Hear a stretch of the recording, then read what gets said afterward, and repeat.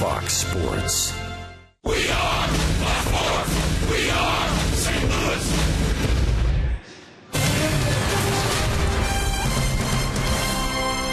This is St. Louis Cardinals baseball, and it's a day game from Target Field in Minneapolis, Minnesota. It's the St. Louis Cardinals and the Minnesota Twins.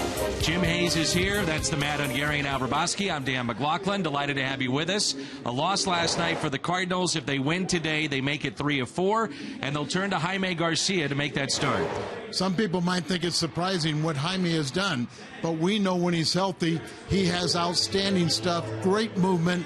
We have been pleasantly surprised, but we really shouldn't because he is healthy. Haime Garcia healthy and making the start today against Mike Pelfrey. Matt Carpenter, Tori Hunter, two very good friends. More on that when we come back before our first pitch.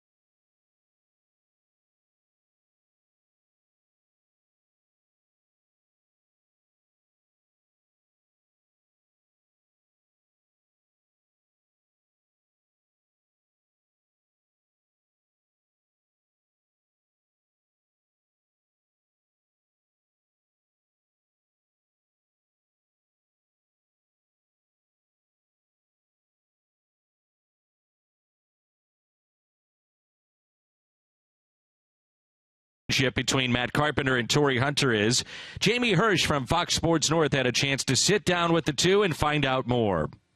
Matt, can you tell me how this friendship began back in 2008? Well, it's kind of a fun story. You know, Tori lives in Prosper, where my parents live, and my dad is the high school baseball coach at the local high school where both Tori's sons played for. And I remember back in 2008, I was still in college, and my dad had starting to get to know Tori from him just living in the area, and Tori just kind of out of the blue invited me and my little brother over to his house to hit. And I mean, we were all fired up, you know, and nervous at the same time, and that's kind of where the relationship started. I went over to his house and, you know, took a little batting practice. You know, I work with a lot of players, and you can give them information and they probably won't apply it to their life, and they kind of stray away from it. But Matt, he was hungry. He was hungry. You give him something, you see him, he'll work on it for hours. We talked about finances. We talked about eating right. We talked about everything, and he listened. He sat down and listened. We'll be together 8 hours a day. and he showed up every day. I had kids, and they might have games. I couldn't show up, and I come to the facility the next day. I said, "Did Matt show up?" He was like, "Man, he was here 9 hours." So it's just, the way he is now, the star he is now, the player he is now. He works hard. He's very polite. He's good with the media. He's good with his teammates. The way he is now, that's just the way he was.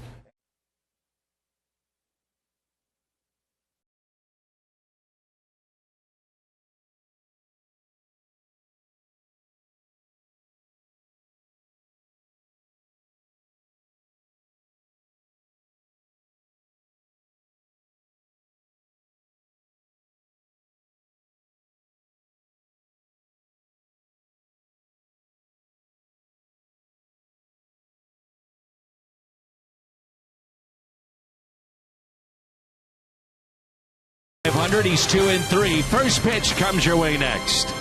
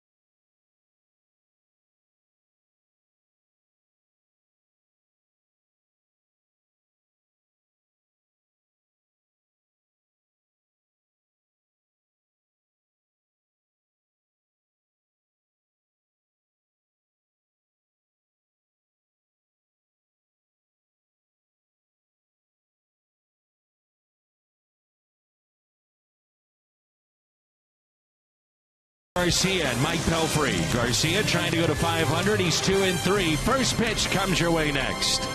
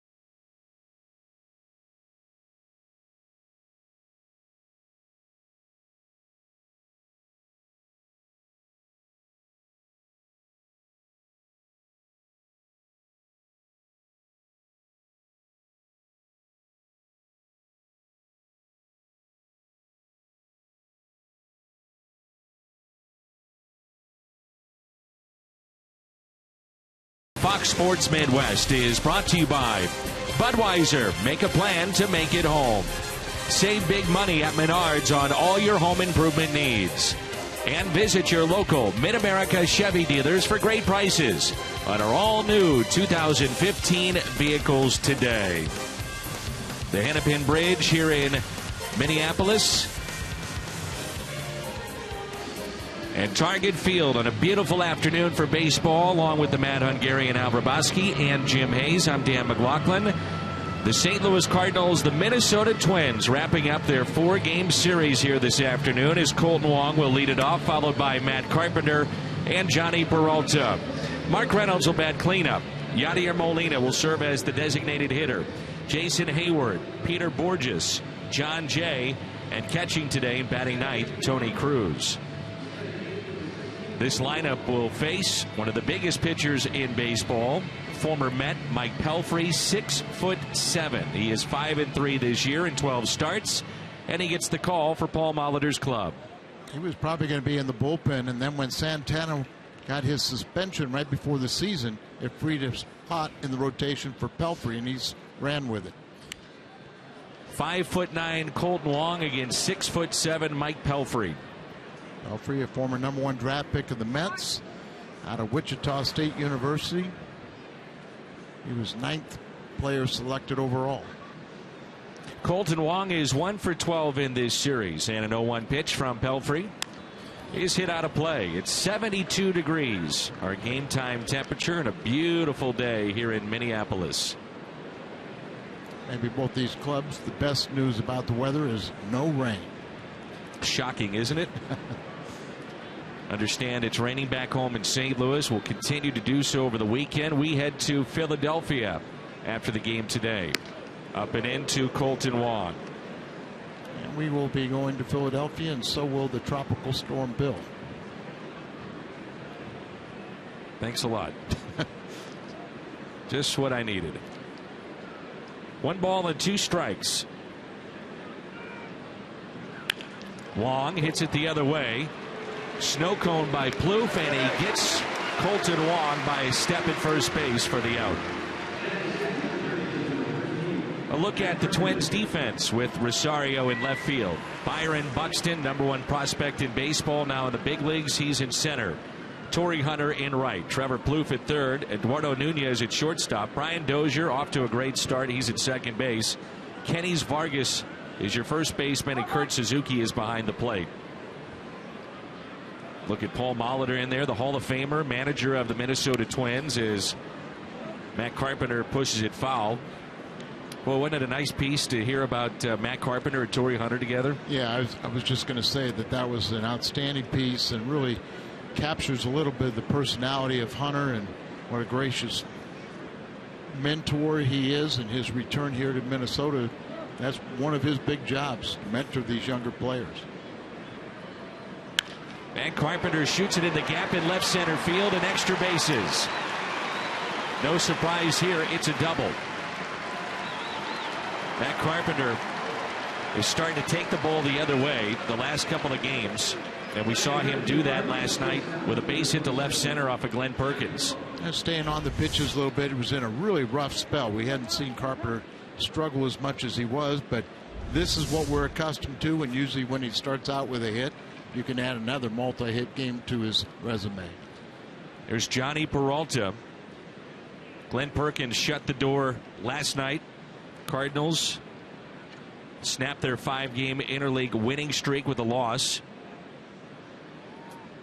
And St. Louis is 8-6 right now in interleague play. And there's a foul ball off the bat of Peralta, who's hitting .311. Leads the club in home runs with 10 and in RBIs with 35. And definitely the Cardinals let one get away last night. Had a couple different opportunities to tie that game or take a bigger lead, but one thing, they turned the page very well, and they'll come out here swinging today.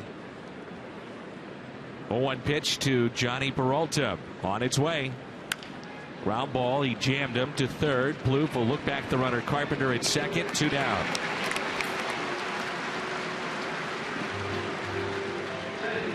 And in steps Mark Reynolds. Reynolds doubled off the wall in right center last night, his first at bat. There's a look at the Hyundai pitch arsenal for the tall right-hander of the Minnesota Twins. When you look at those numbers right there, concentrate on the split, because that is something that he is incorporating quite a bit more this year and has really helped him out. Reynolds now the everyday first baseman with Matt Adams out, riding a 4-game hitting streak. And in that streak, a couple of home runs. Now with 5 this year.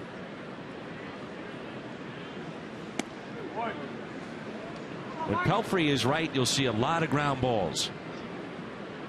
Another reason why he's kind of taken away from his forcing fastballs, incorporating more splitters, that pitch going down and inducing a lot of those ground balls.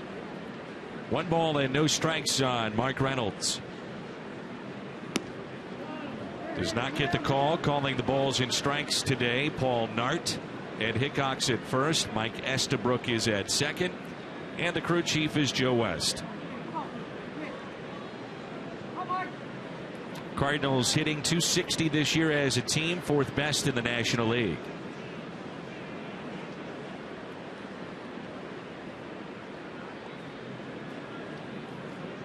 And the scoring position here, and when Reynolds gets an RBI, the team is 16-1.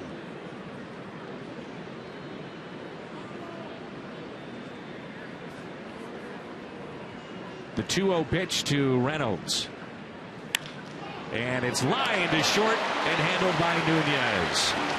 Can't hit it much harder. The Cardinals strand a runner. We head to the bottom of the first. Haime Garcia to the mound when we come back.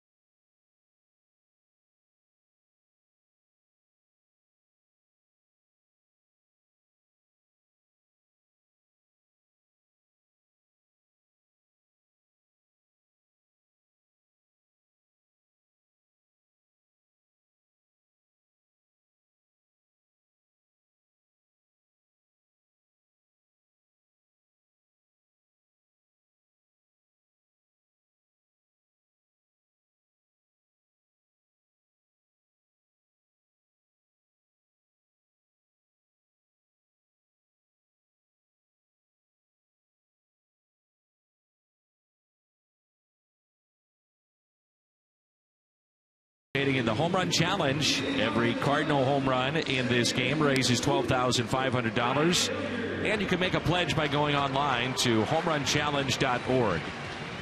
Dozier, the second baseman, will lead it off, followed by the DH today, Joe Mauer, then Trevor Plouffe, Tori Hunter, Eddie Rosario, Eduardo Nunez, Kurt Suzuki, Kenny's Vargas, and Byron Buxton.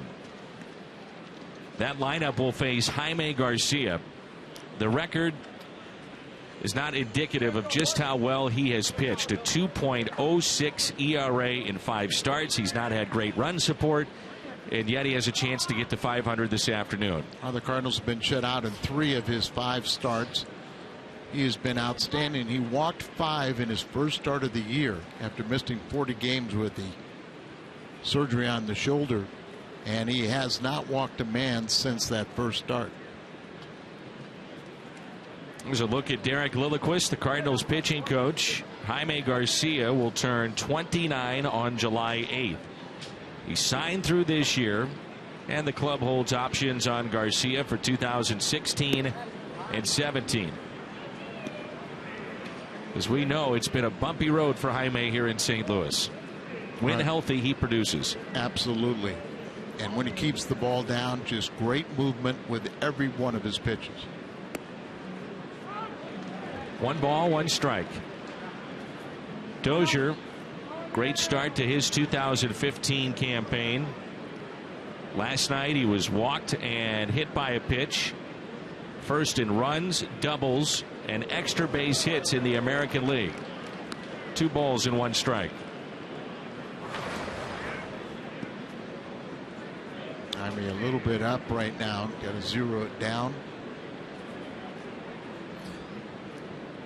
Here's a 2-1 pitch. Now 3-1. Certainly the splits do apply with Haime Garcia. Career-wise, the way that he has pitched at Busch Stadium, historically one of the best in the 10 years of the ballpark. On the road, he struggles. And it's a leadoff walk, and so Garcia questions that strike zone with the first batter, and that snaps his string of consecutive innings without allowing a walk. 30. Where was this pitch? The fact that Molina was setting up inside, and then he reaches with the glove. Cruz. Molina's DHing today, and that kind of takes away a little bit. An umpire gets the impression that it's a pitch outside, but box track said it was in the zone. Here's Joe Mauer. And he helped me out with my memory, but in that first start against the Mets, when he walked 5, didn't he get 3 ground balls? He turned 3 of those walks into double plays. That's right. And when he is on, he'll get a lot of ground balls and strikeouts. Very hard to center the ball on. 1 ball, 1 strike on Joe Mauer. Minnesota product. Terrific athlete. 32 years of age now, 12-year career, and injuries have taken a toll. We talked about it last night, but no longer the power. Most of his base hits now will go singles and doubles, and a lot to the opposite field. There it is, opposite way, and Borges makes a sliding catch in center field and takes a hit away from Joe Mauer. Outstanding play by Peter Borges. Peter Borges has that great speed, and he needed every bit of it to close on that ball. Just hung up enough for him to get underneath it and makes a very nice play. Peter playing in an American League park where it seemed like he's a little more comfortable. Jay, Borges, Hayward in the outfield. Cardinals defense presented by Dobbs Tire and Auto Centers. Carpenter, Peralta, Wong, and Reynolds along the infield, and Tony Cruz is behind the plate. Signed as a 17-year-old shortstop, Trevor Plouffe, now the everyday third baseman here with Minnesota. A lot of bus rides. Took him a while to get to the major leagues, and now that he's here, he's producing. 9 homers. He's driven in 34. 1 out runner at first. That's Dozier.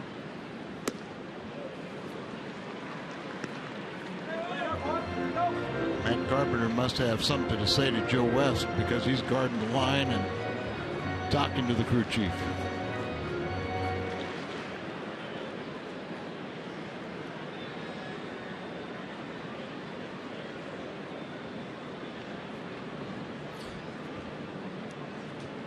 And the 0-1. And again, Garcia asking where is that pitch, which he has a right to do. Absolutely. I mean, you should know if he calls it a ball, is he calling it a ball because it's low? Is it inside? You're not showing up an umpire when you do it that way. Here's a 1-1 pitch. And there's your ground ball, hit to short, backhanded by Peralta. Everybody's safe. Dozier beat the throw by Peralta to second base. Runners at first and second for Tori Hunter. I don't know, but with Carpenter guarding the line, the third baseman had no chance, and so Peralta has to go deep into the hole. His only option was to try to get the lead runner at second base. Out on the outfield grass, he couldn't have turned around and made the long throw to first, but they don't get a man. But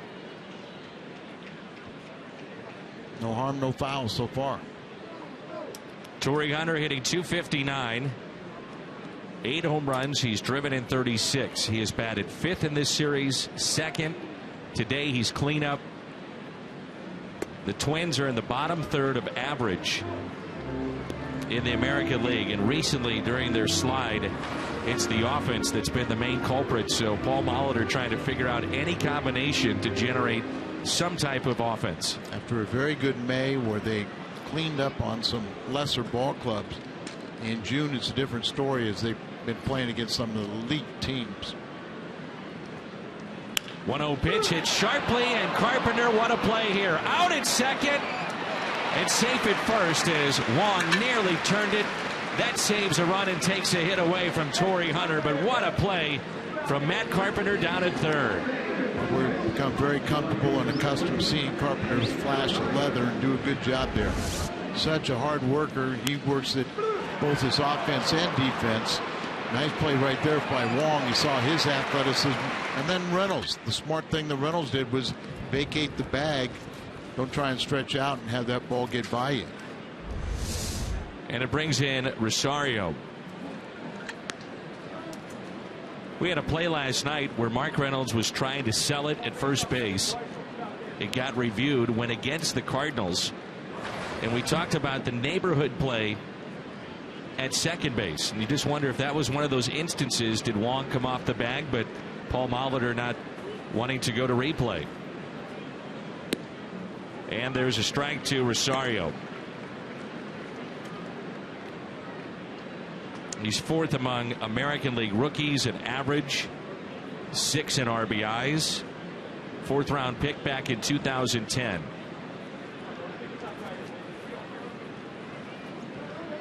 Big gap in right center field. Nice play by Cruz to keep that in front and save a run. We know Yadier Molina is the best defensive catcher. Many think Tony La Russa's made the statement that Molina is the best to ever play the game at catcher. But Tony Cruz has they have a lot of confidence when he's back there too, that he'll block the ball in the dirt.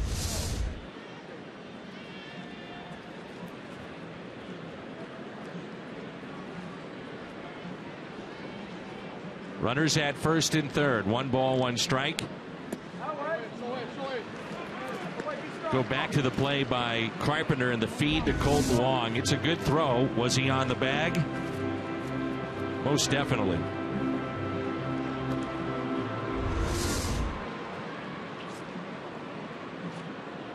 A lot quicker in real time. The 2-1 pitch.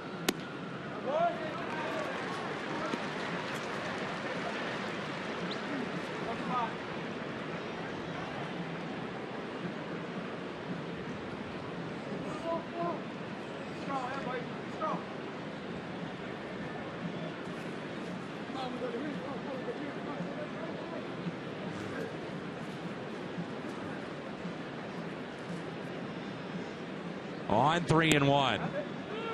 3-2.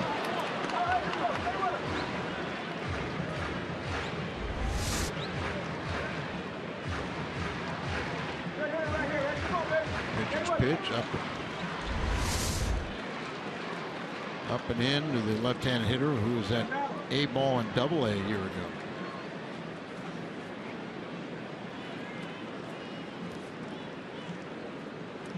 Runner from first off with his pitch. That's Tori Hunter. The 3-2 hit out of plays. He went with an inside fastball.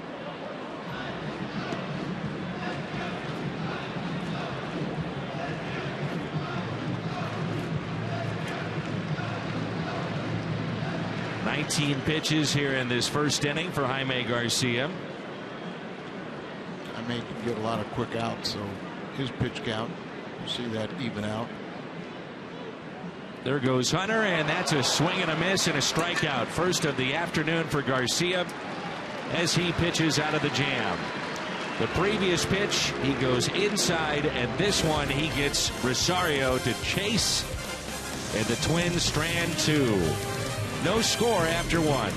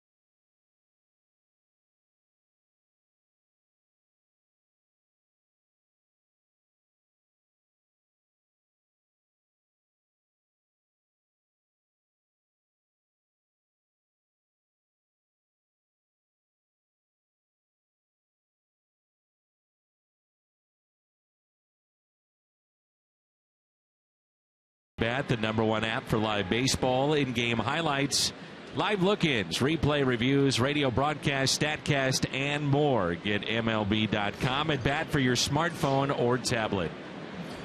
Here's Yadier Molina. Cardinals will give him the day off, at least for the moment, behind home plate. He's 7 for his last 15. Picked up his first home run in this series as he looks at a strike on the outside corner.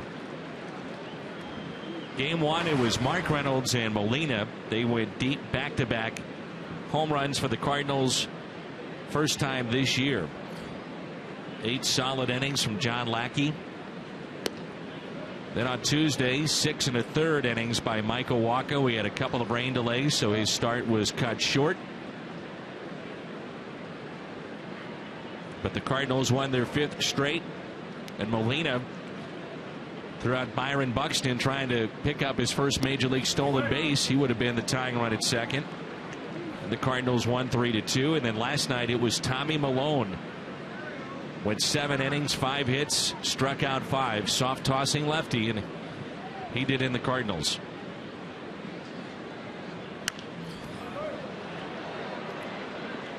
Yachty on a real nice streak right now, 4-game hitting streak. During that time, hitting .467 with a home run. In the series, 5 for 11 with that home run. Trying to hit the ball a little harder too, driving the ball.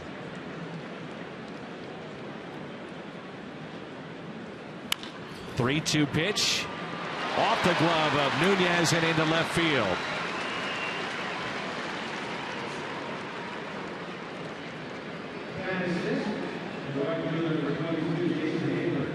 Well, there are Toyota keys to the game. Is we want to get some offense, generate it, do something, string hits together, move the line, and of course Garcia, just stay this course. Don't try and do anything different. He's been pitching so well. He's 5 starts. He has 5 quality starts. Could very easily be 5-0, but the team has been shut out in 3 of them. Here's Jason Hayward. He's picked up the pace a little bit. Picked up an RBI last night, number 19. Couple hits off of Malone, and he's the Cardinals' best hitter with a left-hander on the mound. Raised his average 47 points since May 3rd. 2 hits last night. Singled to center field with 1 out and 2 on. That drove in Mark Reynolds as the Cardinals picked up their first run. 303 in his last 10 games.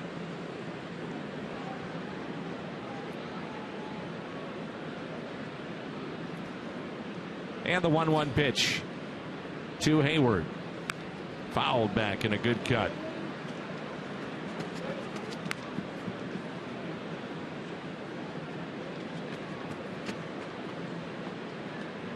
Cardinals trying to pick up another series win. They are 15-4-2 in series so far this year.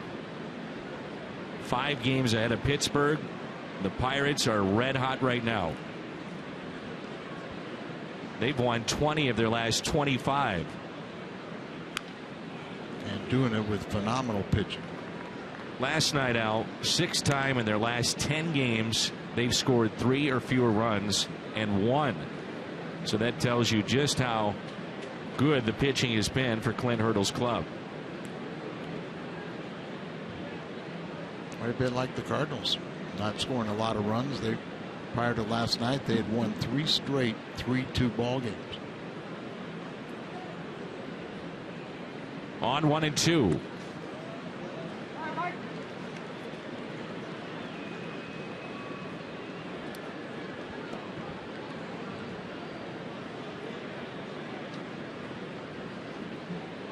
Cardinals actually opened up this ballpark, Target Field, back in 2010. A couple of exhibition games.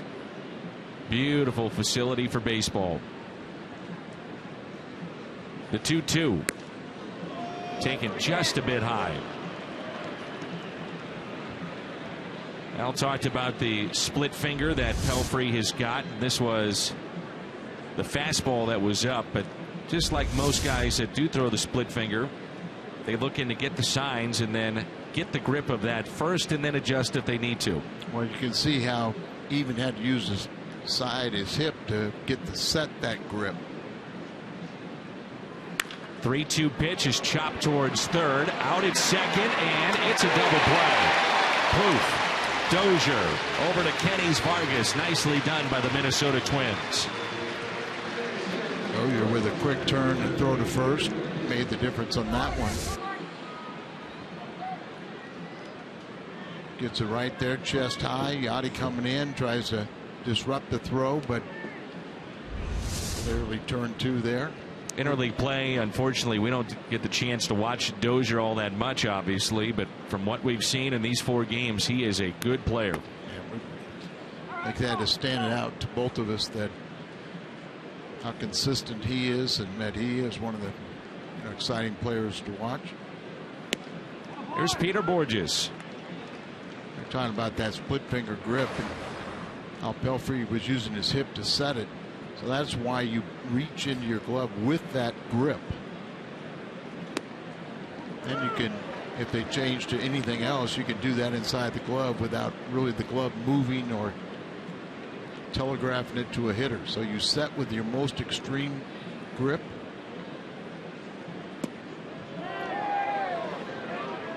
Two balls, 2 strikes. One of the things he's done too with that split finger is he's lowered the speed on it. And now there's a lot more differential, making it more effective than his fastball. Inside, nearly caught Borges. John Jay, who's no stranger being hit by pitches, stands on deck.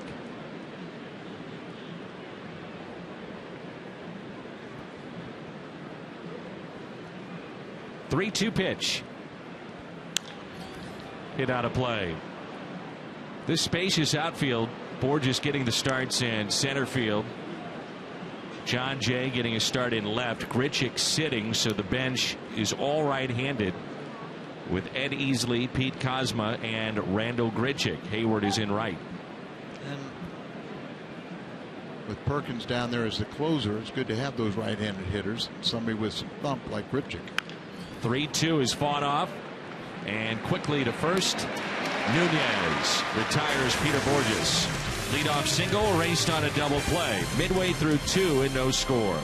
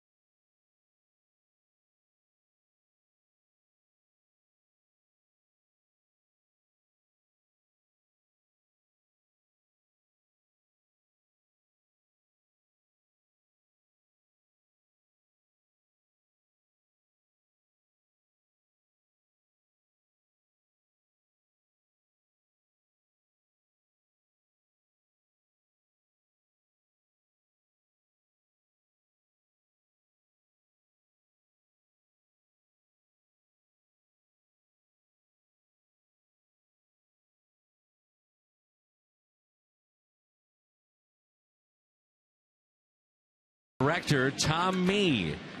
His father, by the way, made a living right here as the director of media relations for decades and is in the Twins Hall of Fame. Inducted back in 2013. So happy birthday, though, to our director on Fox Sports Midwest, Tom Mee Jr. Happy birthday to Terry Rush, Reverend Rush down in Tulsa, Oklahoma. Some other birthdays to tell you about. Jim Jackson, our producer and engineer on the radio side. Am I wrong about Lou? Lou Brock is today. Yeah, that's what I thought too. Happy birthday, Lou. Great Hall of Famer. You know what really gets overlooked with Lou Brock, and we talked about it with our evening with Lou and Red, and this is Eduardo Nunez at the plate, but how well he hit in postseason play. Oh, back then, you had some of his World Series records. The base hits allowed him to steal bases. But you're absolutely right. Well, you think of the stolen bases, you think of the 3,000 hits, but you don't really think all that much about how well he hit in World Series play. Nearly 400 in his career.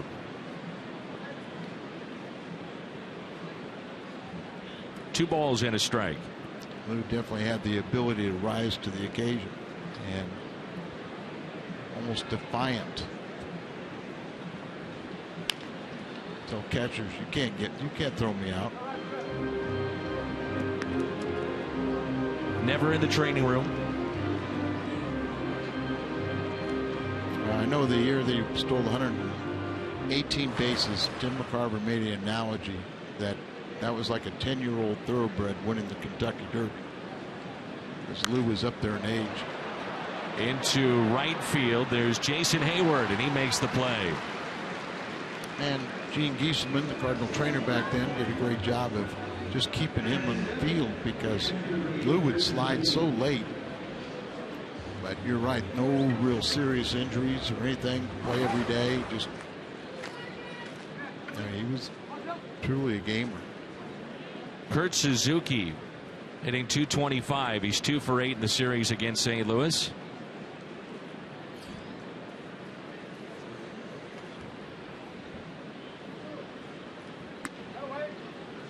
You wonder if it's made much of a difference as you get a look at the pitch arsenal presented by Hyundai. Whether or not the batters are stepping out of the box with routine pitches.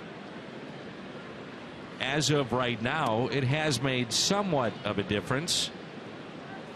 This could be the first season since 2011 with an average game length under 3 hours. They've been averaging 2 hours and 56 minutes.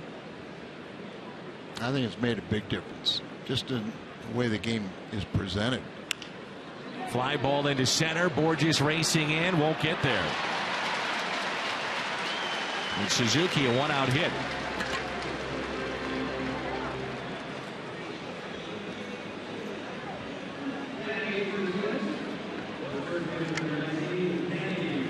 And it brings in Kenny's Vargas.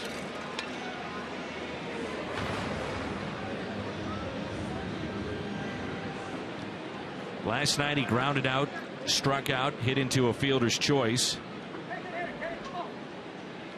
Big switch hitter. Playing first base today, served as the DH last night. Average much better at this side of the plate. But he's 3 for his last 21. That's his natural side. So stronger from this side, and don't often look at a guy this size and say, okay, we're going to make you a switch hitter.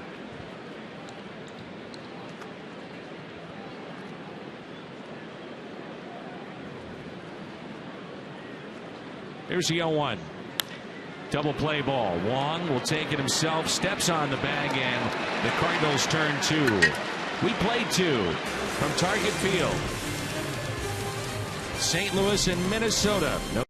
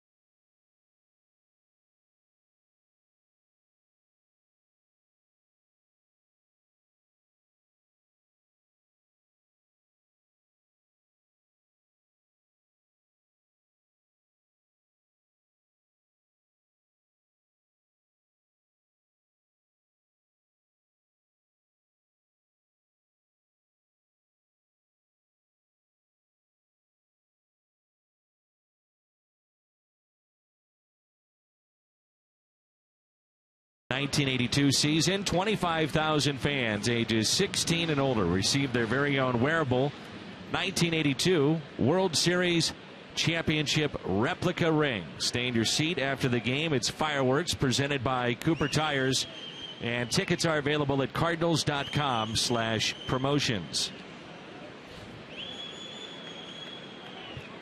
8th place hitter John Jay, followed by Tony Cruz, and then Colton Wong against Mike Pelfrey.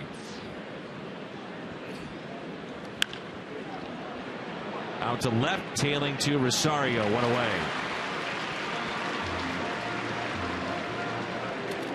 The Cardinals will catch a break. They were to face Cole Hamels tomorrow. Hamels has been scratched from that start. The groin issue, so we will not see him. Still have not made an announcement. The Phillies have not, who would make the start on Sunday. We do know that Aaron Harang will go in Game 2. The Cardinals have Tyler Lyons for Game 1, John Lackey for Game 2, and Michael Wacha lined up for Game number 3 on Sunday. We'll have all three for you right here on Fox Sports Midwest. 0-1 the count on Tony Cruz, who's hitting .231, the backup catcher of the Cardinals. He lifts a fly ball into center. Byron Buxton. 2 down.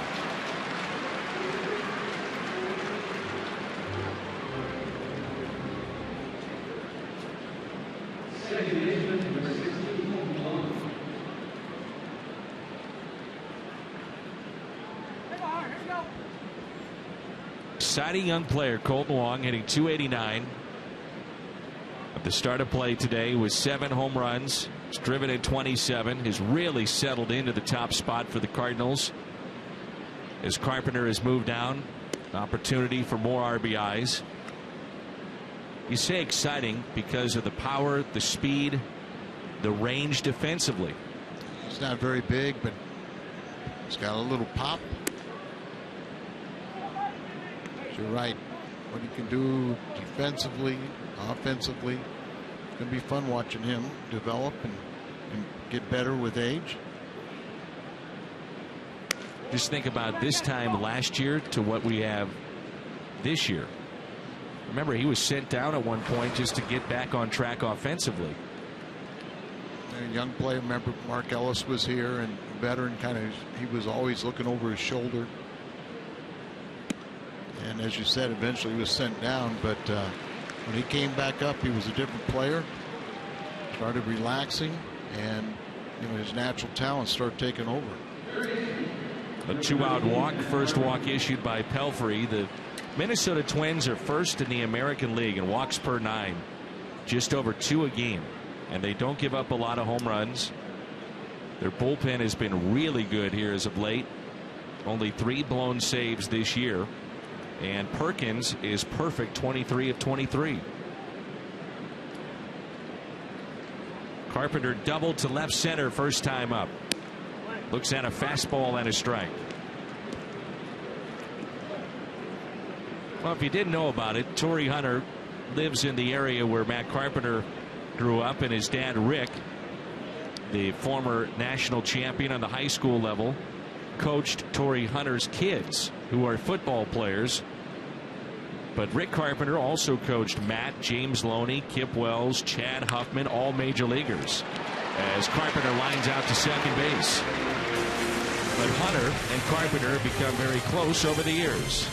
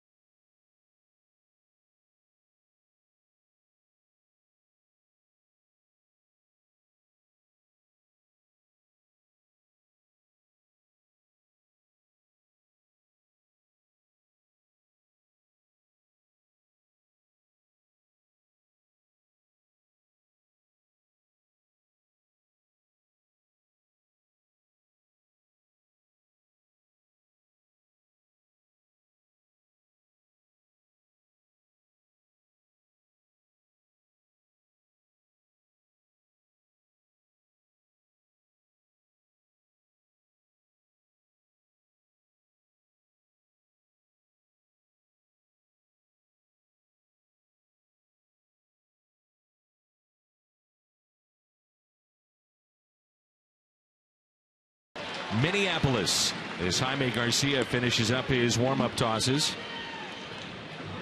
Cardinals matched up with each of their 1980s World Series opponents the first 3 home series of June and finished a combined 6-1. Took 2 of 3 against Milwaukee. They saw them in 1982. Swept Kansas City. Rain shortened series. Will finish up that series coming up later in July on the 23rd. And a 2-game sweep at home of Minnesota. They saw them in 1987 in the World Series. Byron Buxton. So far, this 2 games home and 2 games away series between the Cardinals and the Twins has gone just like the '87 World Series. The home team has won every game. We'll change that today. Here's an 0-1 pitch. You know, Buxton has not seen many fastballs at all. I mean, he's just come up to the major leagues. He's seeing cutters, curveballs, changeups. You're not seeing many 4-seamers.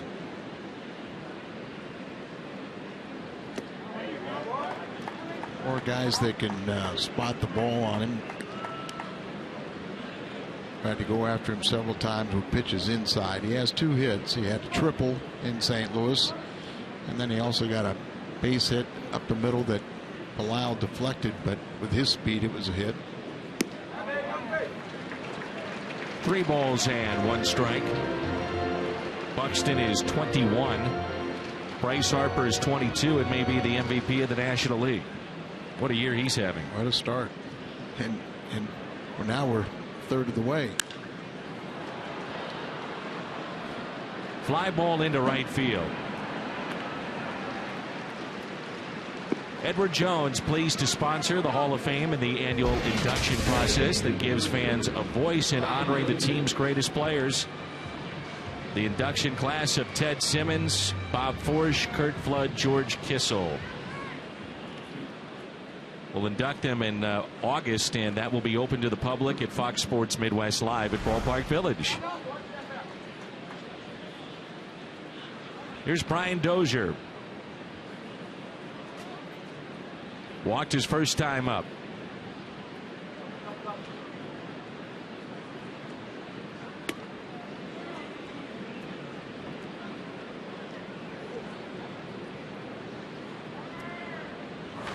Think about all the prospects that have made an impact already this year. Chris Bryant, Joey Gallo now with the Texas Rangers, Addison Russell, the Chicago Cubs as well. Peterson. Jock Peterson began the year with Los Angeles. The fusion of young talent to the great game of baseball.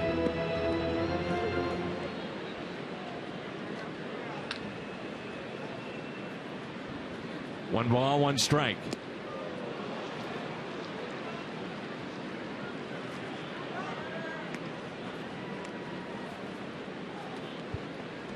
So the Cardinals finish up this series, head to Philly for 3, off day on Monday, and then 3 with the Miami Marlins. See their young star, Giancarlo Stanton.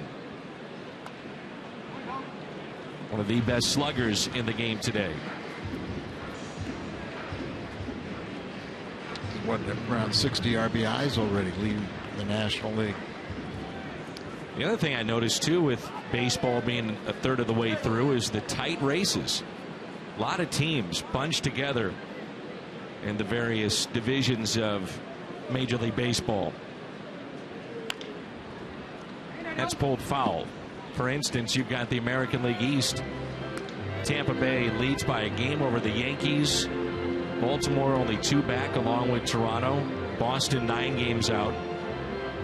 The biggest lead in baseball, St. Louis 5 games over Pittsburgh. Cardinals are 43-22. There's only a handful of teams that are above 500 on the road. St. Louis 17-15. Doesn't get the call on the inside corner. 2-2.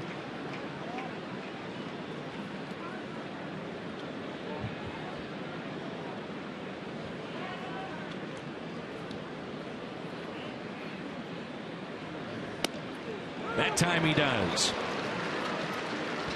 Second strikeout for Haime Garcia. As we take a look at this last pitch, the breaking ball, gave up on it, and good pitch for his second strikeout. Dozier didn't like the call, and I'm not sure what he didn't like about it outside the fact that he struck out. Looked to be a pretty good pitch. Yeah, and no question it was definitely in the strike zone. In steps Joe Mauer. Here's a guy that was an all-state high school football player, National Player of the Year, won a couple of state titles in basketball, obviously a tremendous baseball player, had originally committed to play for Bobby Bowden at Florida State, elected to sign with his hometown team, made it through the system very quickly, and has enjoyed a tremendous major league career.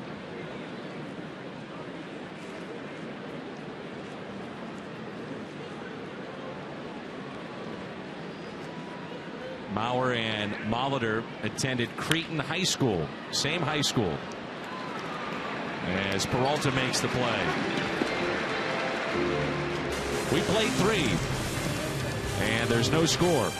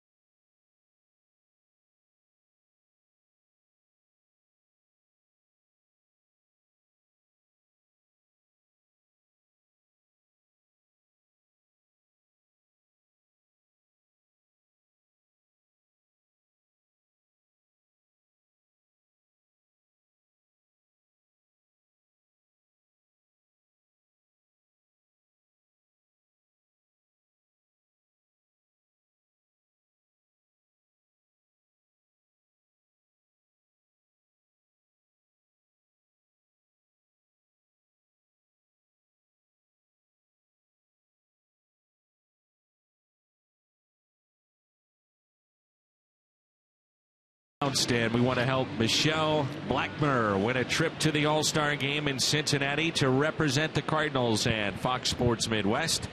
Just head to foxsports.com/fantasticallstar to vote now through June 24th. And you too can see the National League All-Stars take on the Kansas City Royals. A swing and a miss by Johnny Peralta, and we're underway here in the top of 4. Cardinals are going to be well represented, but let's get it an all-Missouri All-Star game, and then the left and the right coast can boycott it.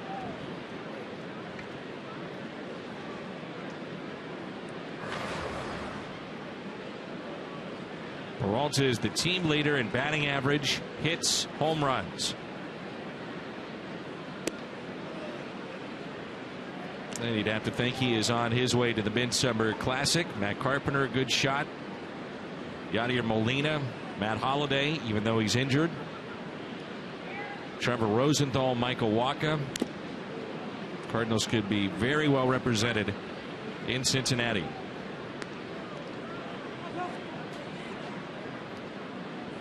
Wacha with 9 wins now.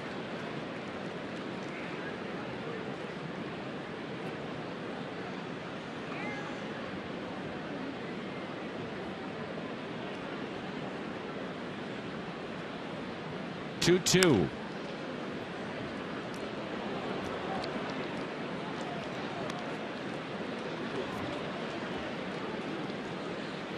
Peralta grounded out to third his first time up.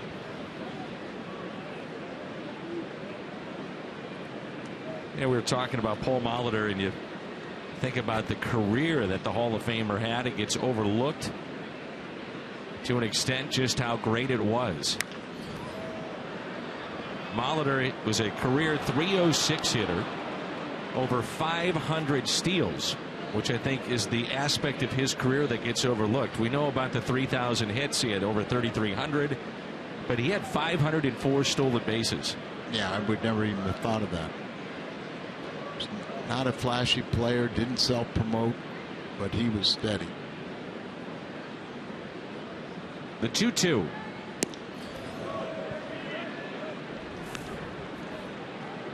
There it is. There's the quartet: Ty Cobb, Honus Wagner, Paul Molitor, Eddie Collins. 3,000 hits, 300+ average, 500+ steals. But 504 for Paul Molitor. He was on championship teams as well. Toronto Blue Jays, very good years with Minnesota.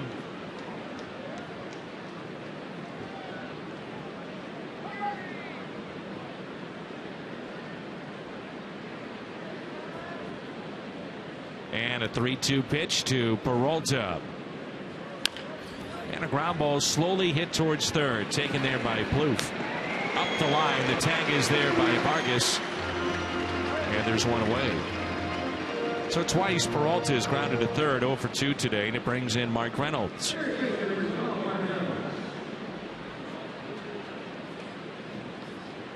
Reynolds stung the ball his first time up, a line drive to end the first inning with a runner at second, right to the shortstop.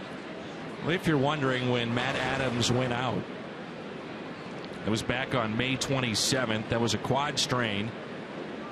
And in that time, Reynolds has been the full-time first baseman. He's hit in 14 of the 19 games that he's played in since that injury. And Danny's hit at a .272 clip. 2 home runs, 10 RBIs since that time, May 27th. I think the .272 is a little surprising to some. In on the hands, fouled back, and it's no balls and 2 strikes. And one thing we've noticed this year with Mark Reynolds is when he does get to 2 strikes, he sacrifices a little bit of his swing, tries to have that more of that, try and beat the shift, try to hit the ball to right field. He's just watching the second baseman, was behind second base, now he's moved 10 steps towards first base. First strikeout for Mike Pelfrey. Catches Reynolds looking. There's 2 down. Cardinals only have 2 hits, one of those by Yadier Molina. He's a part of our Kia in the driver's seat. Most interleague hits this season. Look at that. Yadi with 20, Matt Carpenter with 18, then Cabrera, Gomez, and Cespedes.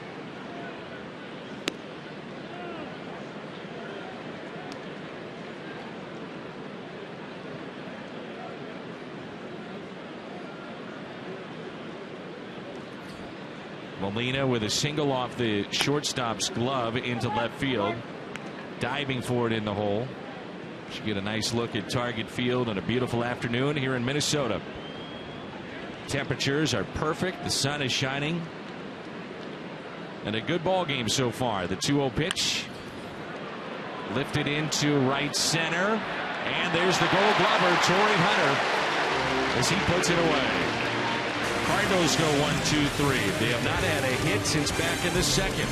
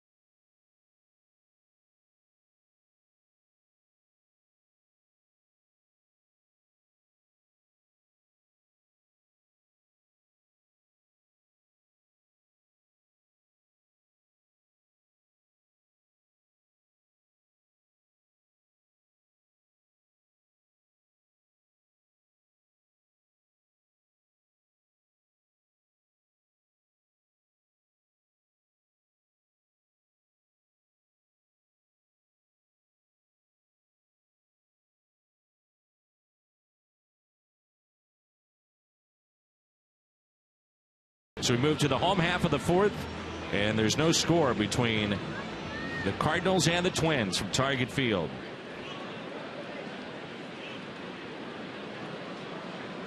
Plouffe has an infield hit, then was left stranded back in the first. It was a good job by Garcia to pitch out of that first inning jam, and since then he has settled in.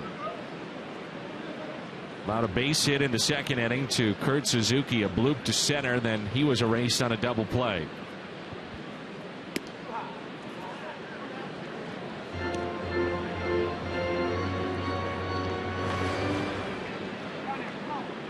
Don't know if you saw this, but last night the Cubs won at 17-0. I saw the score. They beat the Indians. Third time the Cubs have done that by that score. Chris Bryant hit a grand slam. The rookies are starting to really make an impact with the Chicago Cubs.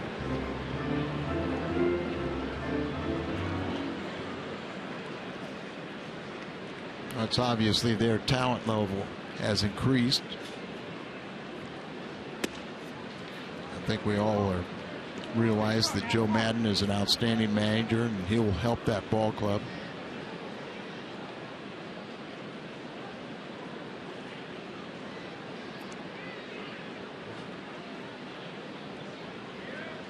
The 3-1 pitch. Now 3-2.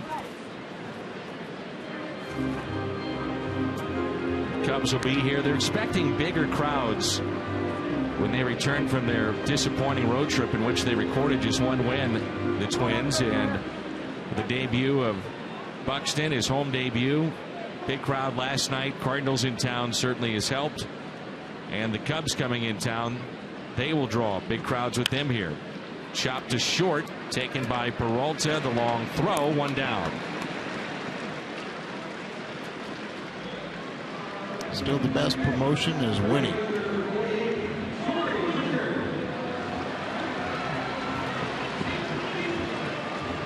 In steps Tori Hunter.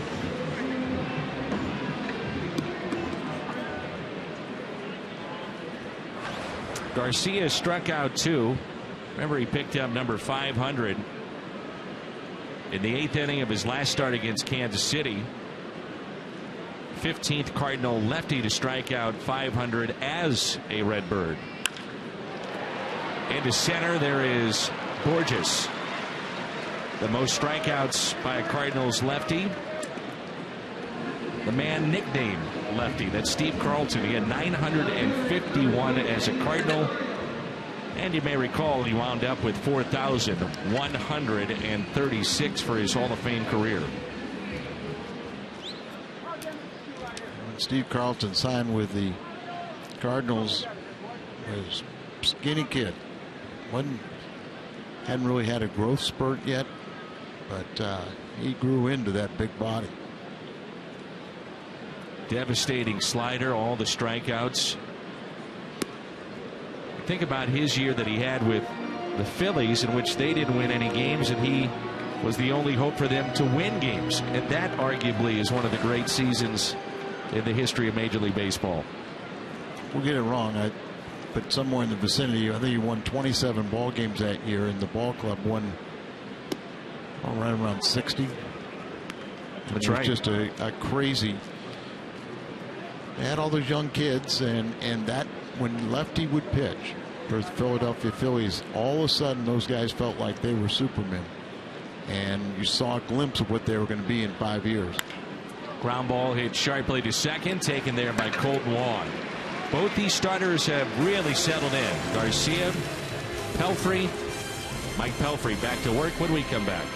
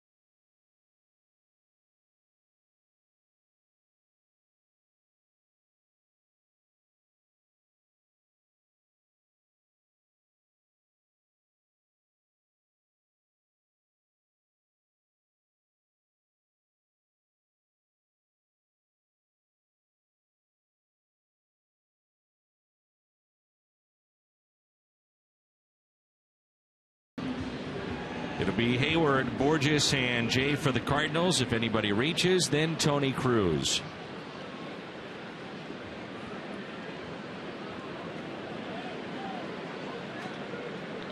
One of our Toyota keys to generate some offense. So you're saying it hasn't happened yet, huh?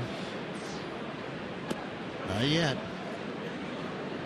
That to me is what's been unbelievable about this run of the Cardinals, with all the injuries well documented. The pitching has overshadowed the lack of offense the team has had. Exactly. Now they have had some timely hitting, truly timely hitting. I mean, it's a cliche, but you look in the 7th inning or later, the Cardinals, one of the best teams in the game in that regard. And I think it's really a true definition of a team, because they're not relying on one guy. Every day is a different hero. 2-1. But the one consistent thing has been under Derek Lilliquist is the outstanding pitching. And Lilliquist, people are going to get tired of hearing us say this, but he deserves a lot more credit than he's getting. The Cardinals' staff ERA is 2.63. It would be the lowest mark since 1972 if they could keep this up without the services of Adam Wainwright, without Jordan Walden, and right now without Lance Lynn. Strike to Hayward, who bounced into a double play, first time up. And any offense would be handicapped if you took away their number 3 and number 4 hitters also. But I think it started with Tony La Russa. He always dwelled on what he had, not what he's missing. Ground ball to second base as Hayward flips the bat, and there's one away.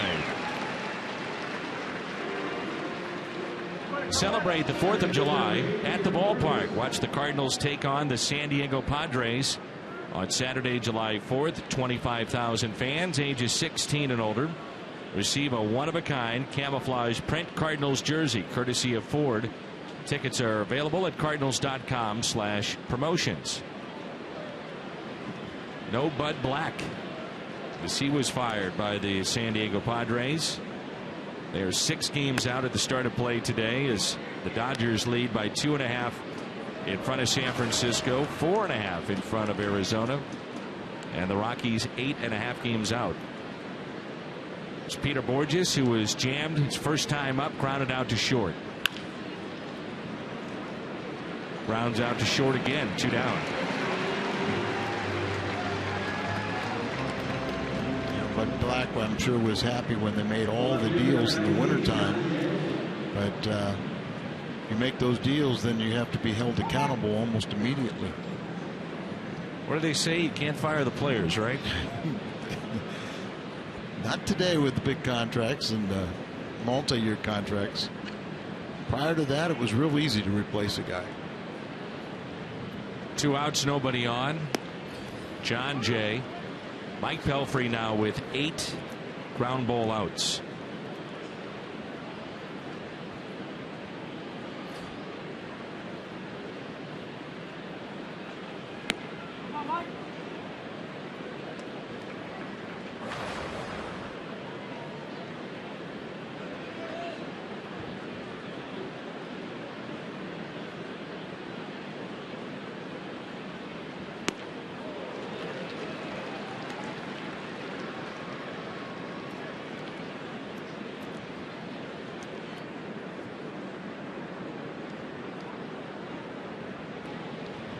One and 2 the count with 2 outs, nobody on, and Jay shoots it in the gap in left center field. That'll drop.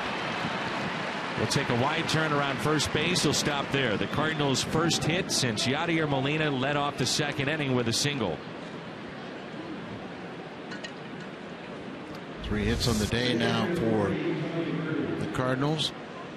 Tumbling out there right at the end of the bat. Just got it over the infield. Big spacious outfield here.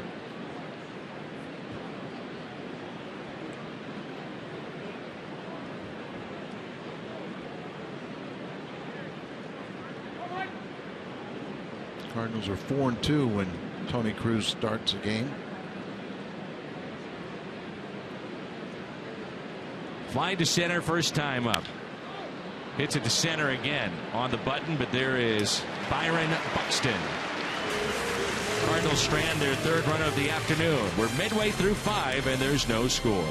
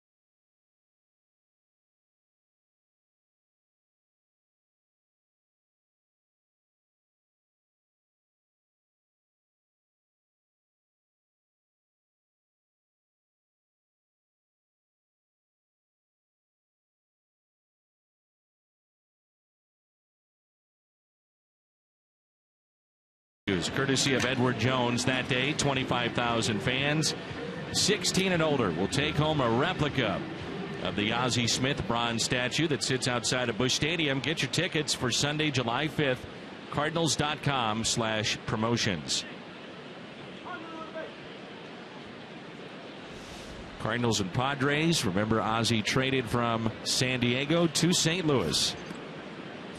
Changed the fortunes of the Wizard and of the Cardinals franchise as a whole.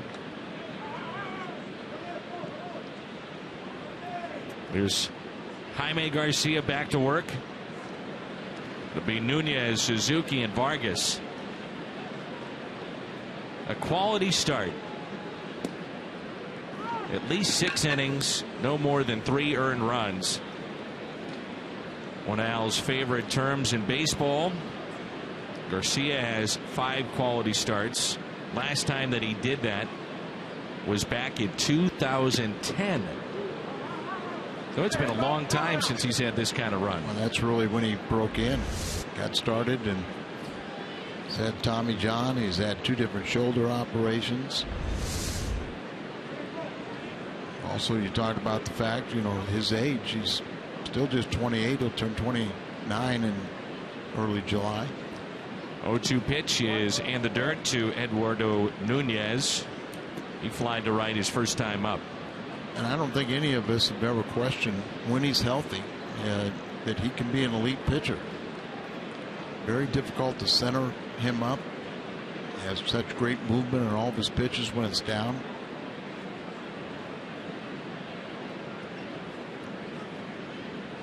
One-two pitch and a swing and a miss. Strikeout number 3 for Haime Garcia. Get the ball down, down, down, and then you'll chase a pitch up and around your eyes.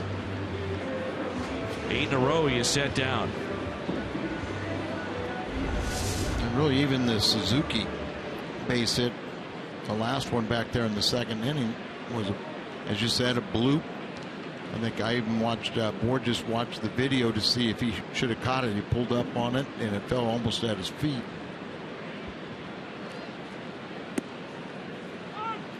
I initially, just watching it off the bat, thought he was going to come in and at least dive for it. Yeah, I did too. He would have had a pretty good shot to get there too. And the only other base hit he's allowed was an infield single in the 1st. 0-1 pitch to Suzuki. Talked about the relationship of Tori Hunter and Matt Carpenter. Also very good relationship with Colton Wong and Kurt Suzuki, both from Hawaii. And have turned into major celebrities in Hawaii because of their exploits in Major League Baseball. Everyday players, good players. Flying Hawaiian, Victorino. Yeah, Colton was telling me Shane is probably the most recognizable of that trio, but Colton Wong certainly is on the rise. 1 ball and 2 strikes. Popped up. Out of play.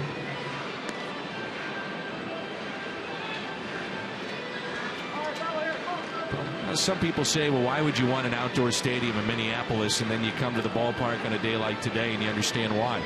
Yeah. This is gorgeous. Such long, harsh winters. You know, they're starving to get outside. And a day like today, they're all rewarded.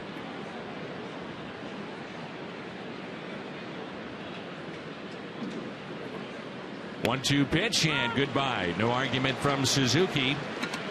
Strikeout number 4 for Haime Garcia. What have you seen from Haime here today, Al?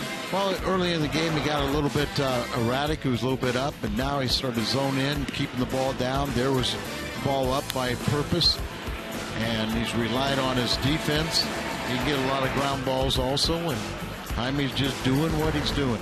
And we've talked about it, Dan, that you know when you get hurt, you get this great game taken away from you. Base hit by Kenny's Vargas. You come back with a greater appreciation, and I think he's expressed that quite a bit to us. So 4 strikeouts, 6 groundouts, 4 flyouts, and recording the outs. And that is just the 3rd hit for the Minnesota Twins today against Garcia. Here's Byron Buxton. If you do it with 2 outs, you know you're in pretty good shape. Twins know that Buxton's going to go through some growing pains, and he's going to struggle at time offensively.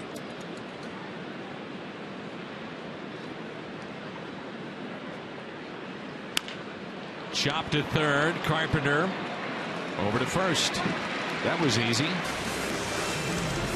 The Twins strand 3 so far. No score.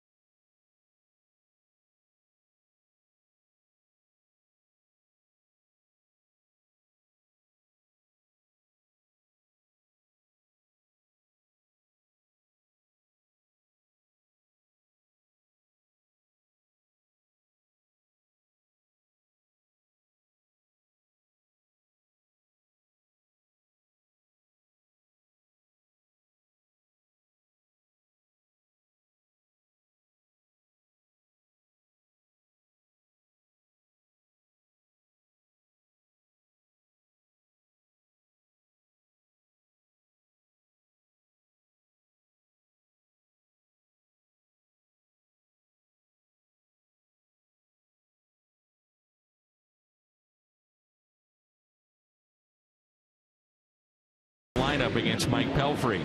We talked about Haime Garcia, why he's been so good.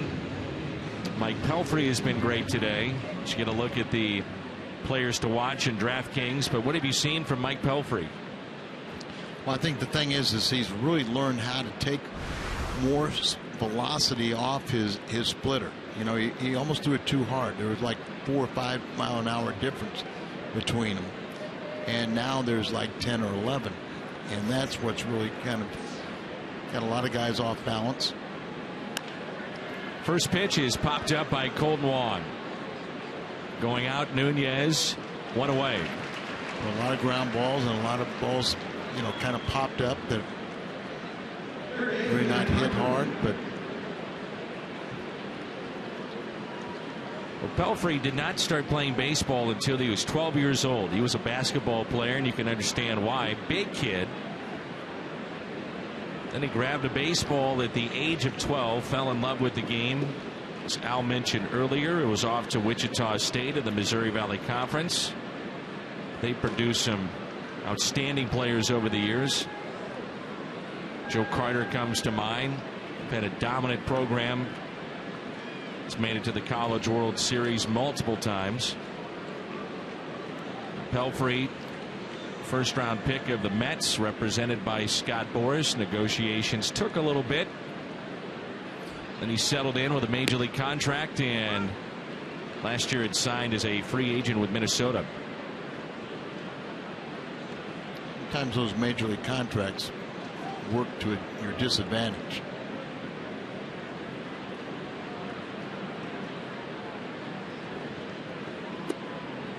And when you get to the big leagues, everybody wants to get to the big leagues, but you really don't want to get there until you have a defined position, or you're going to be in the rotation or a prominent spot in the bullpen. Ground ball to first. It's fair. Vargas steps on the bag. 2 outs. And a lot of hitters off balance. You know, they're out on their front foot, or they're popping a ball up. Pitch well.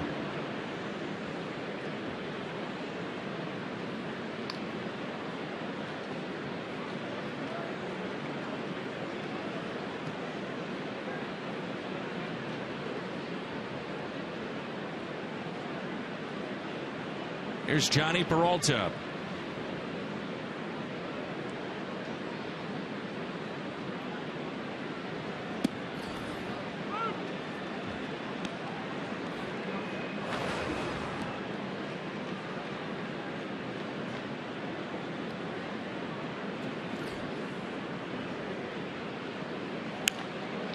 That's pulled foul. Watch out down there. No balls and 2 strikes. He has 10 home runs, and it's 11th straight year he's had at least 10 home runs.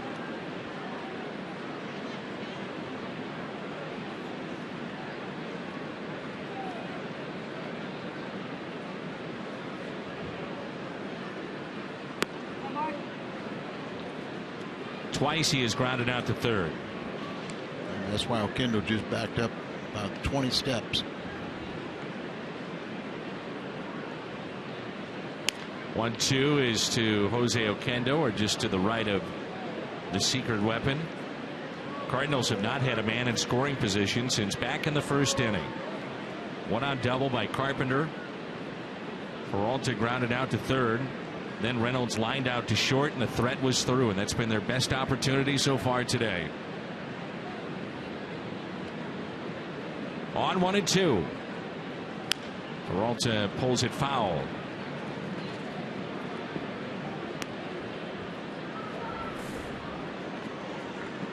BJC difference maker. There are the numbers for this series between the two teams. The BJC Healthcare difference maker.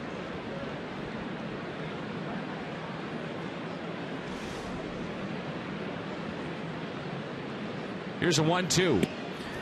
Strikeout. Number 2 today for Mike Pelfrey.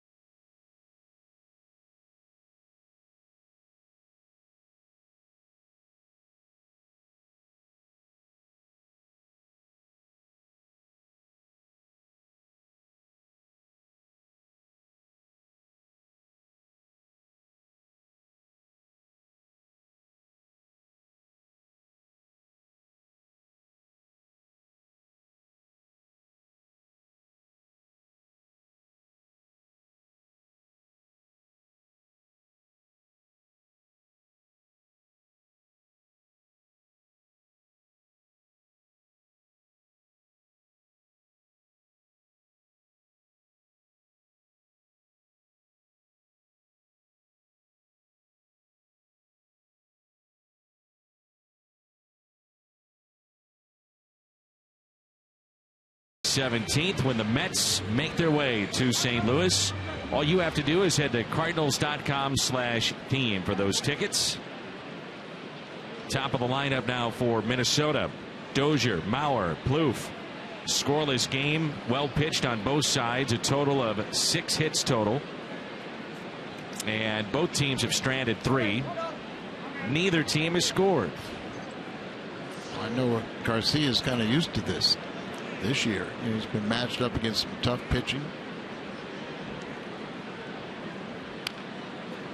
Isn't it interesting too, Al, when you look at the ups and downs of a season, and a couple of weeks ago, maybe 4 weeks ago, you would have said, well, Wainwright's down, Garcia you're not sure about, he's just coming back, will it sustain itself to every 5th day? You're not sure about Martinez. You're gonna have to go out and get a pitcher. Then the pitching staff just goes crazy, and they've done what they've put up with these numbers here recently. Then you say, now where's the offense?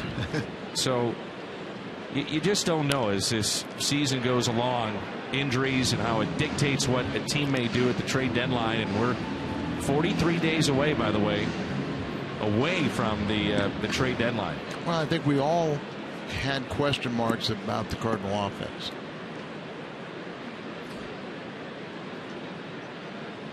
And we felt like the pitching staff was going to be a strong suit. But that's with Wainwright healthy and pitching well and pitching like he normally does, with Lance Lynn being the big horse and all stuff. But, you know, you're still going to need some pitching help down the stretch. 2-2 is pulled foul. As one of my concerns is, you know, you take Waka, who was hurt majority of last year or a couple months last year. You can't take his innings total and ramp it up. Martinez was in the bullpen, so he's like, you know, maxed at 100 innings. Now, how many more innings do you want to add on to his resume? Garcia, you know, he's been hurt, so you can't. Right on the line, it's Carpenter positioned perfectly as Reynolds stays on the bag for the out.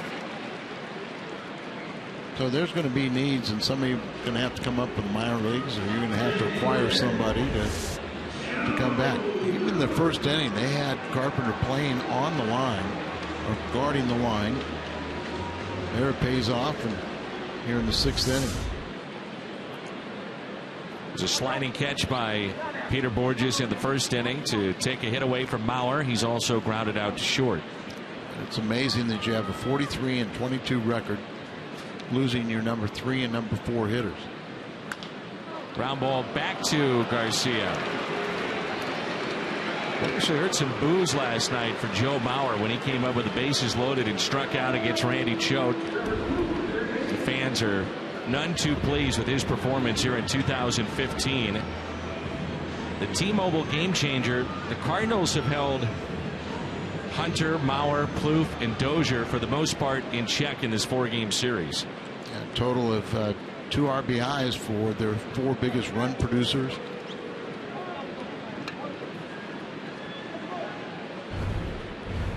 I think the pitchers are feeding off each other, and they keep on trying to compete with each other in a very healthy way.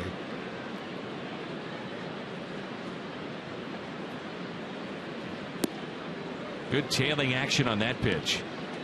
Plouffe, an infield hit, was fielded by Peralta. Went for a force play with a runner at first base advancing to second. Came up about a step short of making that out. And he also grounded out 2 short. Falls behind 0-2. Garcia is dealing. He's very focused, and like we said, that he realized how much this game meant to him, what was taken away from him for health reasons, and he wants to make up for it. Big curveball taken high, and it's 1 ball and 2 strikes.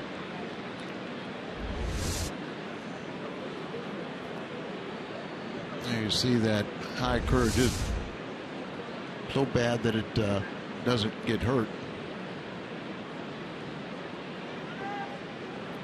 Time called and granted by the home plate umpire Paul Nart.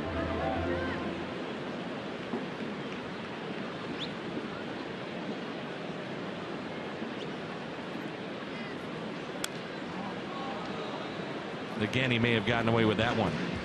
It was good enough up and in that, tied him up. Wasn't going to be able to drive it. But you want to keep those balls down too. Only 77 pitches. He's a pitch or two away from him getting out of the 6th. Hit out of play.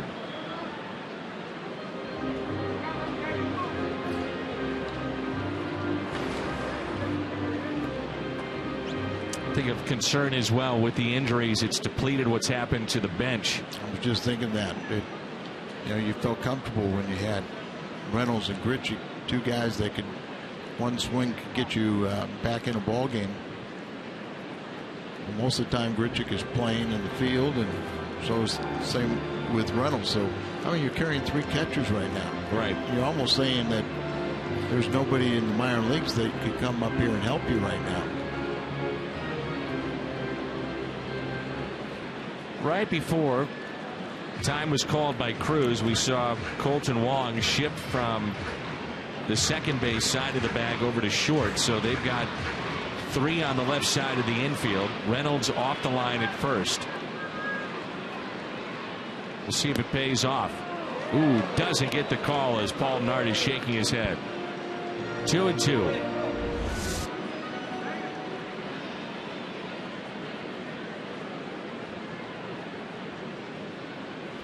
Playing him to pull and pitch him away.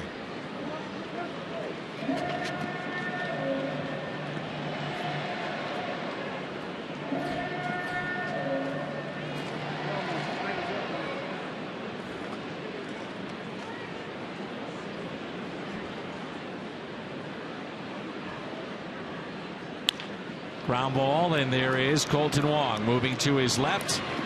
And it's another 1-2-3 inning for Haime Garcia. We have played 6, and there's no score.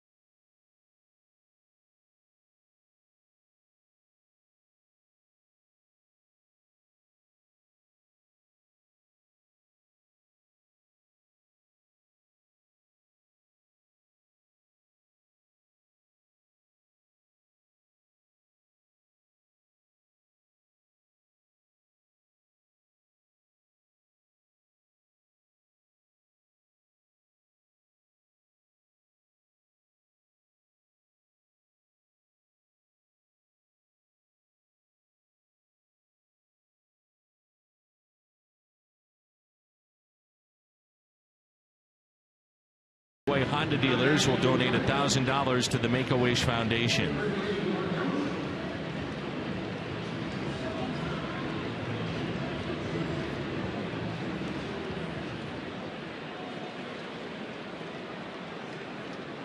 Mike Reynolds will lead it off, followed by Molina and Hayward.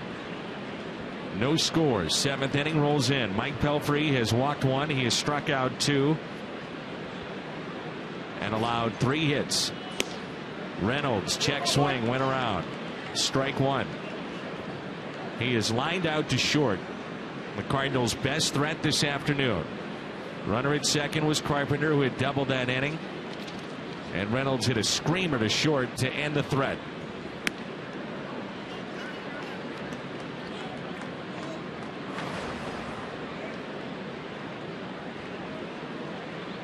Pelfrey coming off his worst outing of the season. You wouldn't know it by how he's pitching today.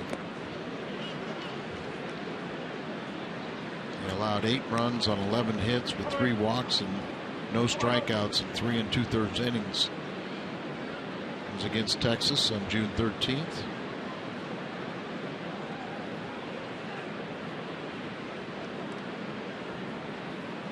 Here's a 2-1 pitch. Fouled back in a good cut. Cardinals have not scored since the 2nd inning of last night's game, so going on 13 consecutive.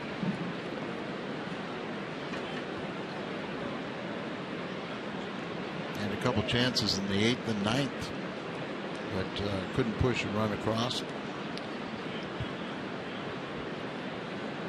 Second baseman Dozier now moving to his left on the second base side of the bag.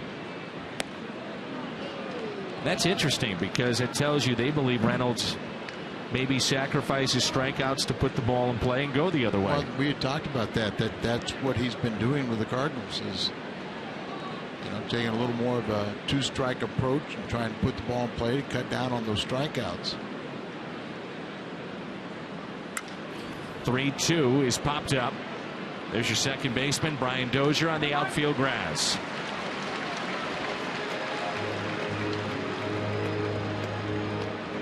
Five in a row set down by Pelfrey.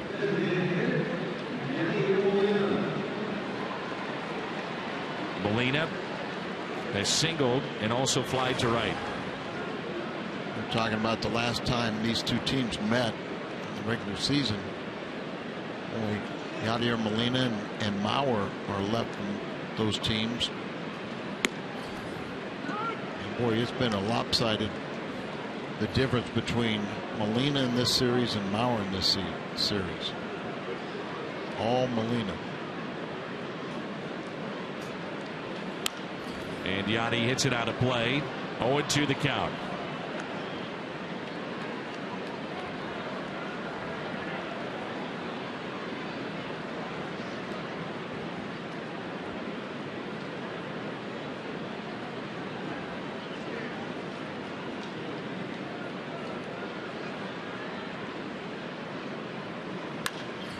And that pitch is popped up.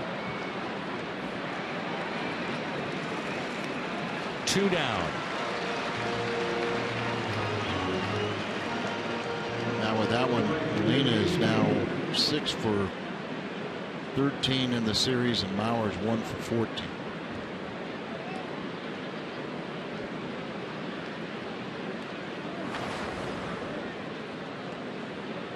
Boy, when you don't hit, you don't score. There doesn't seem to be life with a ball club. The Cardinals 43-22. Their record coming into play today. But you couple that with the fact that they were shut out for the better part of yesterday and again here today. And you get in a game like this where either a home run or an error. 2 balls and no strikes. Try to, anything in a tight game right now becomes magnified. Last night it was the throwing error, trying to pick a man off at first. Runner at third scored, and the runner at first ended up at third base, and then came across to be the eventual winning run. 3 balls, no strikes. This is where you'd love to see him turn loose, just rip one. I mean, that's sometimes how you get an offense going. Yep. He certainly has the power to knock it out of the ballpark. Hayward is 0 for 2 today. He's ripped that one deep right center field, and that baby is gone. A long home run for Jason Hayward. There it is. His 6th home run, and it's 1-0 St. Louis. Definitely earn it when you hit it out towards right field, and that one went off the facade of the second deck. So Jason was listening to you, and wish a few more would, Dan. Well, you're in a hitter's count, and there's no doubt that Hayward can do this. You'd just like to see it a little bit more often, wouldn't you? Yeah, and saw he's got his arms extended. Takes off, goes off the facade of that second deck there.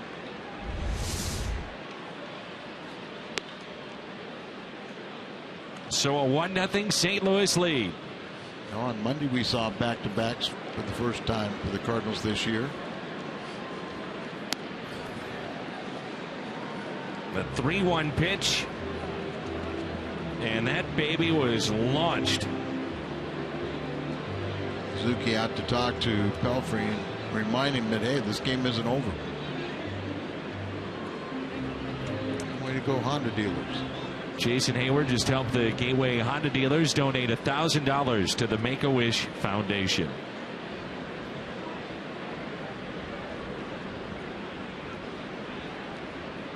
The 2-0 pitch. Popped up. Suzuki gets rid of the mask and runs out of room.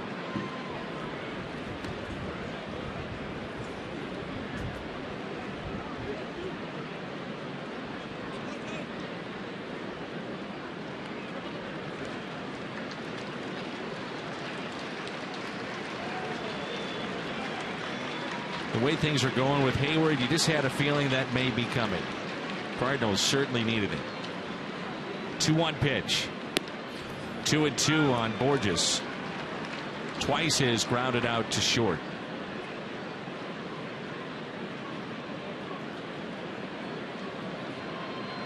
And the 2-2 on its way. A strikeout, and that's number 3. Time to stretch. The Cardinals looking for a little life, a little offense. They get it with one swing of the bat. Jason Hayward, his 6th home run. A no-doubter. And with that, it's a 1-run lead.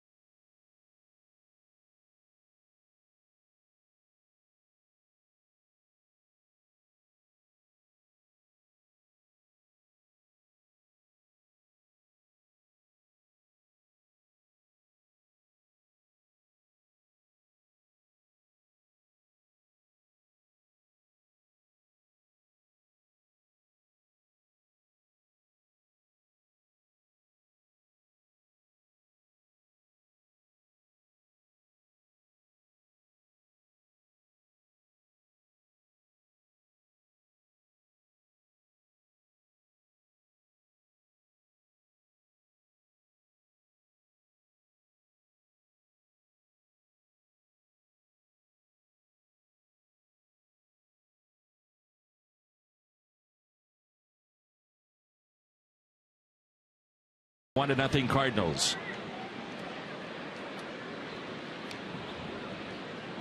Tori Hunter, Eddie Rosario, Eduardo Nunez. 81 pitches thus far for Garcia as we start play here in the home half of the 7th.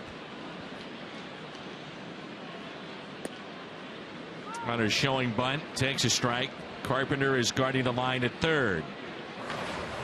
He was robbed by Carpenter back in the first inning. That saved a run. And he also lined out to center.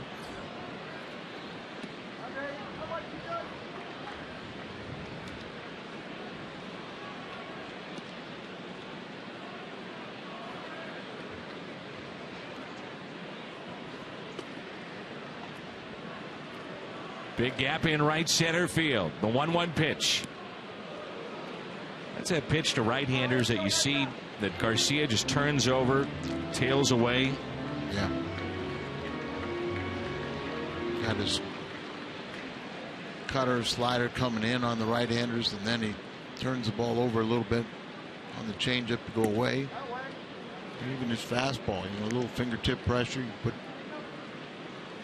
little more pressure on it. Get to right in or away.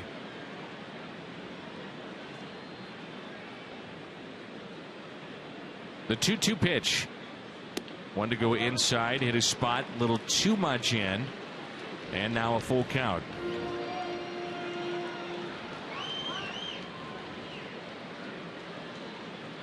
No walks.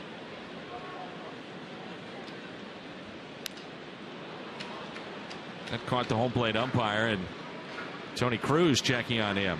He says he's fine.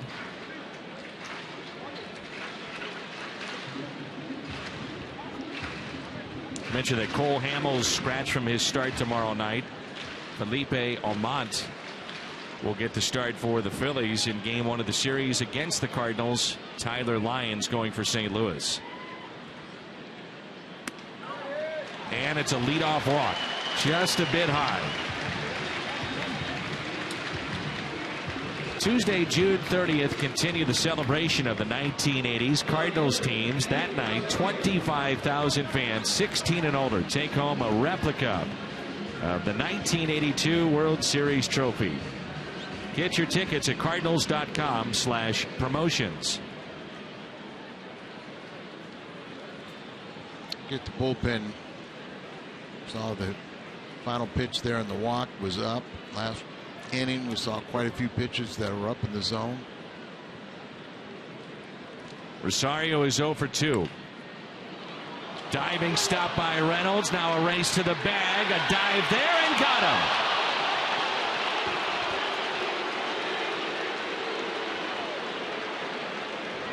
And let's hope Reynolds is okay. And his hand stepped on, or fingers looked like, maybe. Greg Hawk, Mike Matheny out to check. Joe West is calling. Oh, he's calling Haime Garcia to get away from there, so they couldn't have any strategy discussion.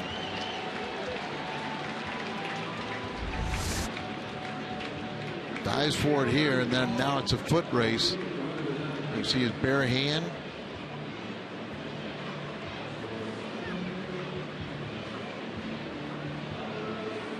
May have just jammed it in the bag because it wasn't from the runner.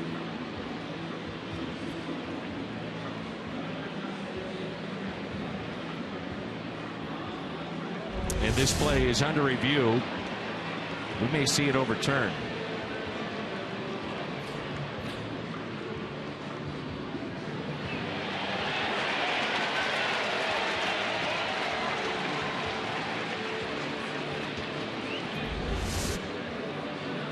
Jaime's there, but Reynolds focused on. Yeah, the only question I have, did he touch the base? Did he touch the base? And when, I think he did, but when did he touch it? Well, if he touched it there, he's safe, and it looked like he did. But that's really hard to tell, and you can't have a better placement than the umpire. Just right over top the play, staring down on it. Look what. So, I mean, he's in good position.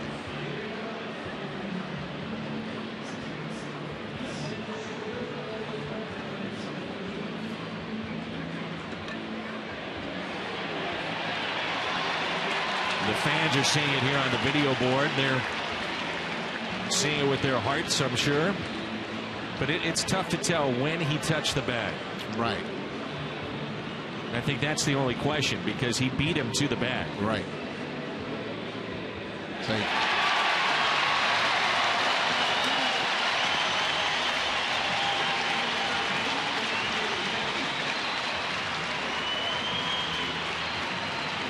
that time there definitely allowed the Cardinal reliever to get loose.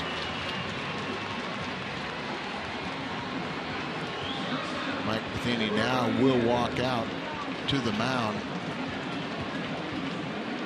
and he's just signaled to the bullpen. So of the 4 hits that Garcia gave up, 2 of them infield hits, the other a bloop to center. And Vargas a solid hit to left. That was in the 5th. Seth Maness will come on as Garcia is through. He gives the Cardinals 6+ and only 4 hits allowed. It's our Chevy call to the pen.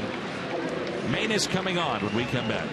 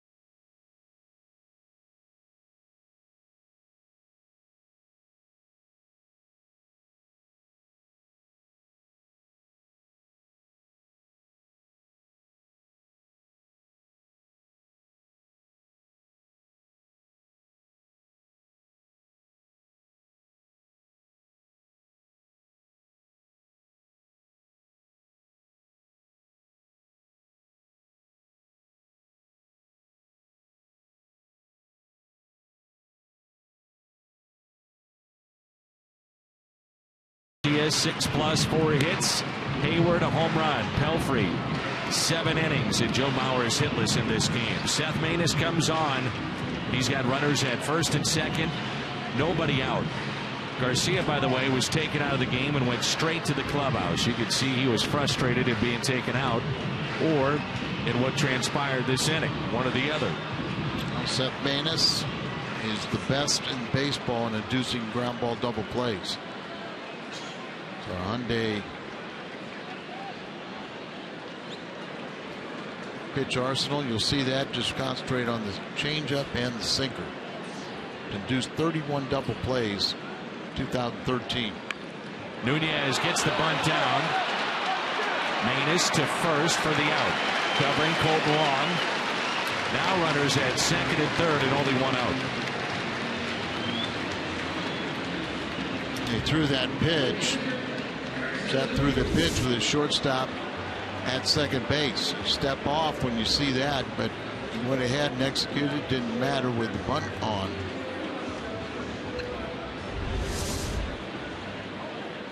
Cardinals elect to play the infield. Well, they're going to intentionally walk here Kurt Suzuki and then deal with Vargas, the switch hitter. So they'll load him up for him.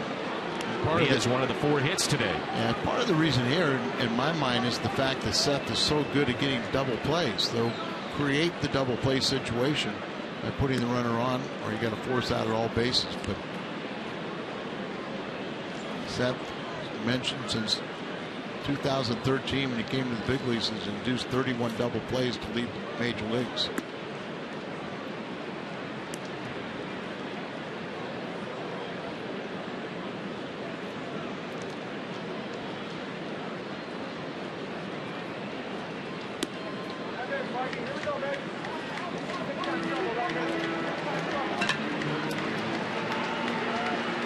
Vargas hit into a double play back in the second inning. He's grounded into 4 this year.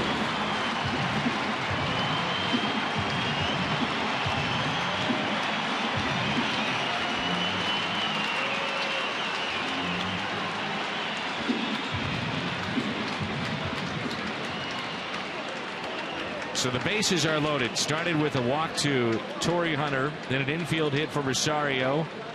The sacrifice by Nunez. Intentional pass of Suzuki. Loaded up. First pitch is strike. Last night, Bilal allowed a run. That was only the second run allowed this month by the Cardinal relievers.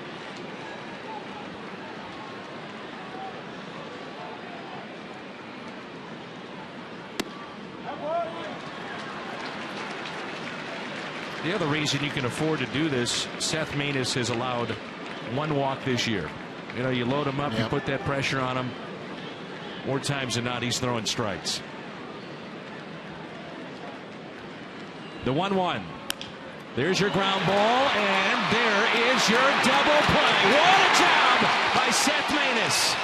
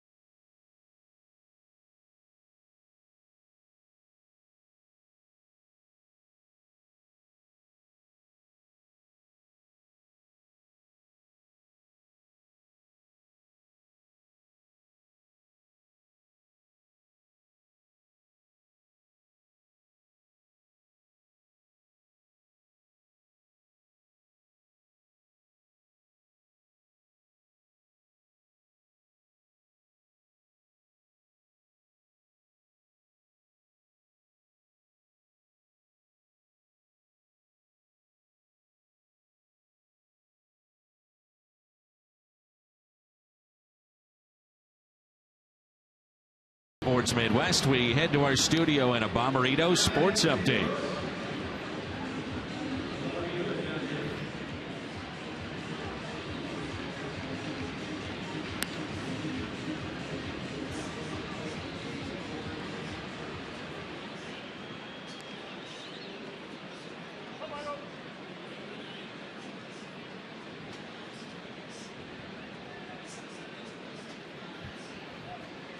Well, Seth Maness gets the inning-ending double play. AT&T Uverse Rewind, and arguably the play of the game right here. Well, it's what he's so good at, getting those ground balls once it got over his head. You know, perfect position for Johnny Peralta to catch the ball, step on the second base bag, and the return throw to first. Well, this is a good sight. Kevin Segrist is warming up for his familiar spot, the 8th, which would mean Rosenthal is ready to go and available here in the 9th. John Jay hits it out to center field. With the job by Garcia today, pitching into the 7th, he now has lowered his ERA to 1.76. Kevin needed the day off yesterday. He had thrown in 5 out of the last 7 days. Picked up a couple saves while Rosenthal was unavailable. Talked to Rosie today, and he felt like he would be available.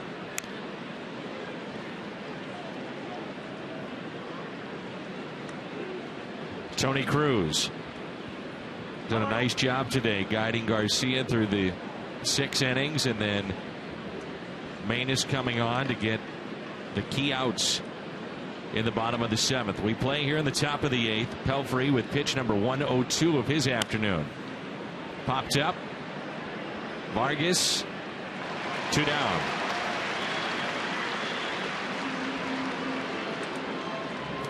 Join Fox Sports Midwest at Ballpark Village for the World Cup watch parties. Cheer on Team USA Monday, and we'll be at Ballpark Village with games, mascots, and giveaways. The World Cup watch party starts Monday at 6 with the game from Edmonton, Alberta, Canada.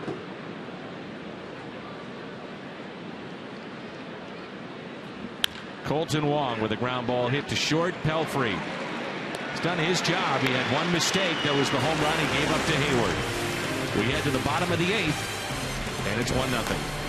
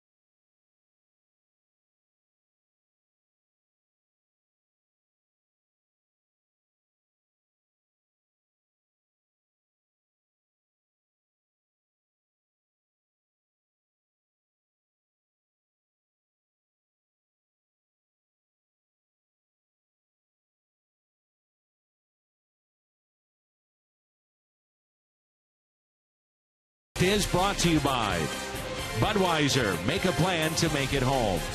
And by Ford, the official cars and trucks of the St. Louis Cardinals. Target Field in Minneapolis. The Twin Cities. Minneapolis. St. Paul. As Buxton will lead it off. And Kevin Segrist is into the game. 1-0 Cardinals. The Jason Hayward home run. You just wonder if Mike Matheny gave thought to having Manus continue to pitch in this game. Segrist has been used an awful lot the last 7 to 10 days. Well, Mike likes to have these 3 guys. 7th, 8th, and 9th use a different reliever, but with the Cardinals playing so many close games, you run into situations where you use these 3 guys 3-4 times in a row, and they're all in the same game, so you don't have anybody that is fresh. But Mike's gone to the postseason the first 3 years.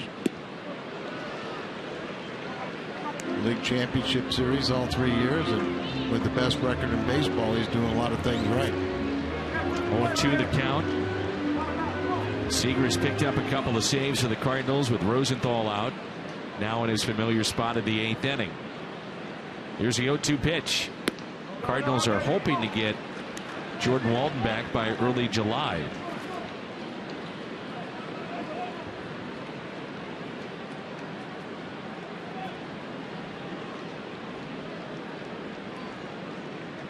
On 1-2, Cruz sets up outside. Segrist hits his spot, and it's fouled back.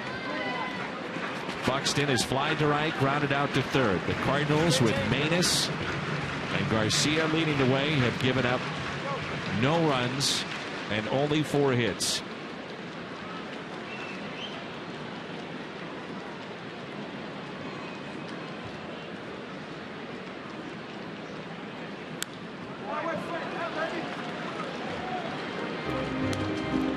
Buxton got a lot, quick bat, got all 5 tools, but power will be the last one to come to the 21-year-old, and I think you also kind of sit there and think that he's not. He was at AA, wasn't at AAA.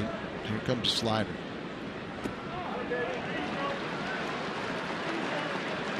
One of the reasons they got Buxton up here is they think he's a very, very smart young man that great respect for the game and respect for elders, and he's just like a sponge, learning as much as he can.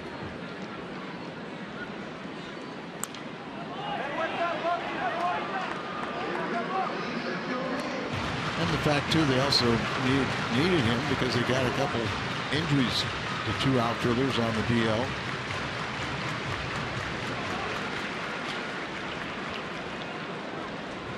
Fastball away. 2-2 pitch. Kind of missed. But when you miss there, it does disrupt the hitter a little bit, gets him thinking. That ball inside could bite you. Fastball away.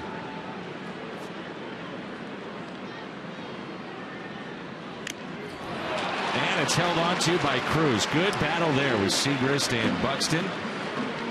And Kevin picks up the strikeout. What's on Tap is presented by Budweiser. A look at the matchups for the weekend. All 3 games against the Phillies on Fox Sports Midwest. And tomorrow it's not Cole Hamels. He was scratched from that start earlier today, dealing with a sore groin. And Tyler Lyons against Felipe Almonte. He'll go tomorrow. By the way, the Phillies coming into play tonight have lost 9 in a row. They are 22-45 and 5th in the National League East. After that, it's off to Miami as Dozier looks at a ball outside. 2-0.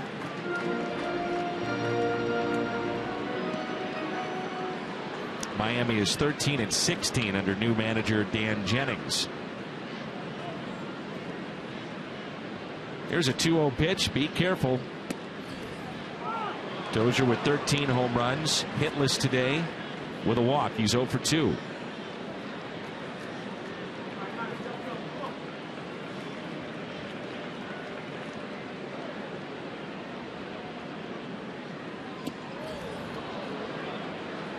Effectively wild right now. Even the strikeout to Buxton was supposed to be a fastball away, and really tied him up. Foul tipped it. Cruz held on to it.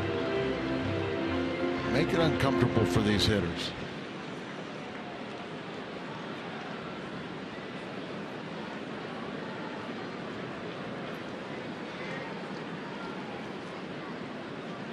The 3-1 pitch. But with the changeup, it looked like it was. Yeah. A good pitch on 3-1. Good secondary pitches. You know, he's a starter in the low minor leagues. See how to get to the big leagues. They said, I'd like to try relief. Fast ticket. And the 3-2. Got him. A strikeout of Brian Dozier. Back-to-back Ks for Kevin Segrist.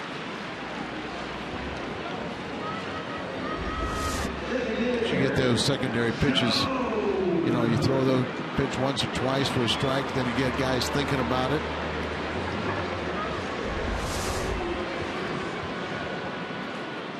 Joe Mauer is 0 for 3.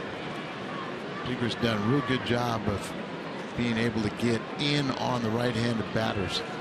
He's actually had more trouble with lefties than the righties. See how big he is, and he sets up on the third base side of the rubber, and the arm angle they talk about with which he throws allows him to get in on right-handed batters. That's why he's on that third base side. 1-0 pitch. Again, he falls behind. He's fallen behind on every hitter this inning. He falls behind with Mauer. 2 balls, no strikes.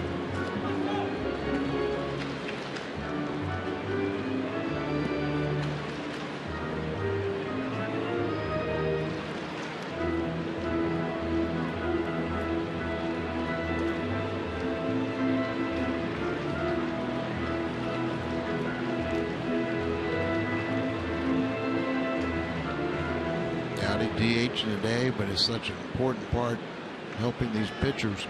Tony Cruz, but I can't say it enough, because pitchers have as much confidence in him too.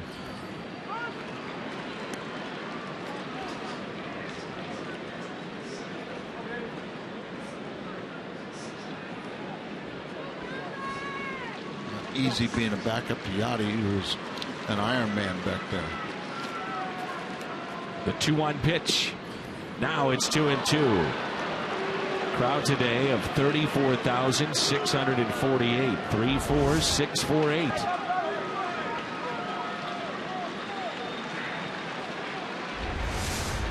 On the black.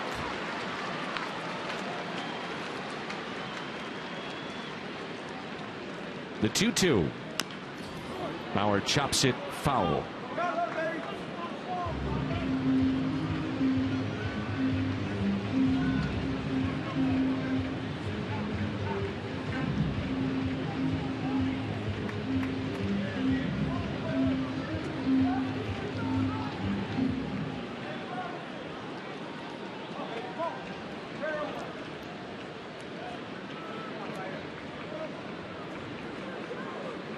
Ball away. Remember, he hits a lot of his balls to the opposite field.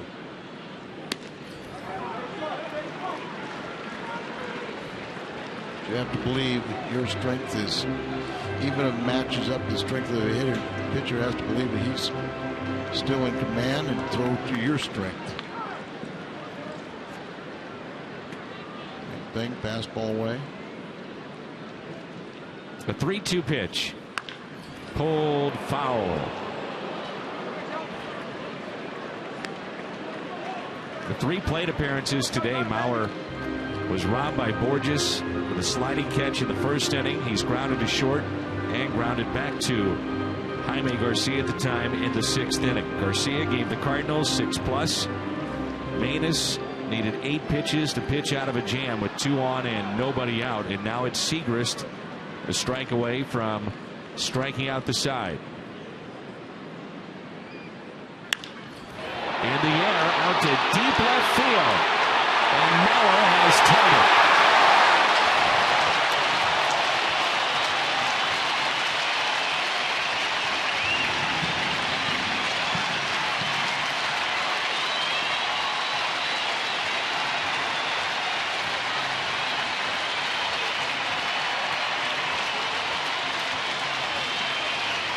Don't hear any boos right now.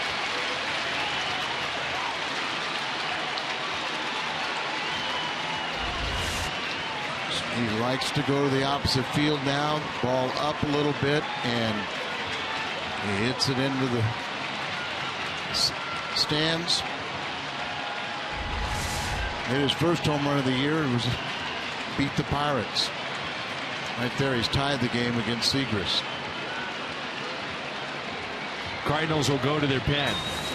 Matt Belisle coming on. Our Chevy called to the pen.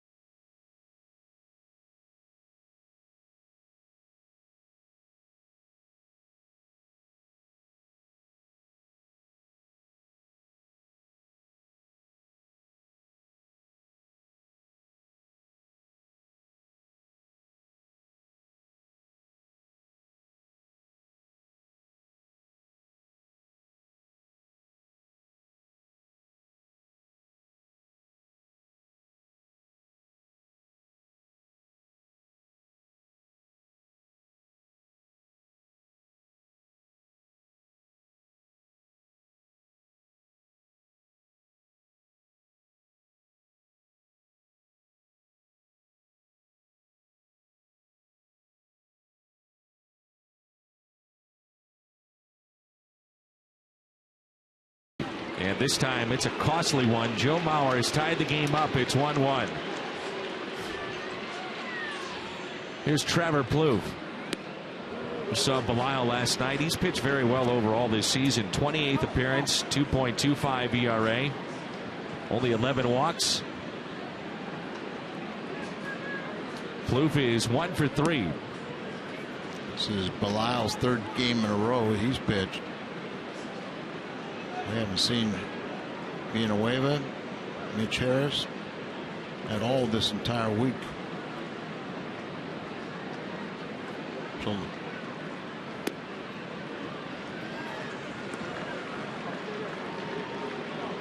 Kolovich also. And there's 3 relievers that haven't pitched at all.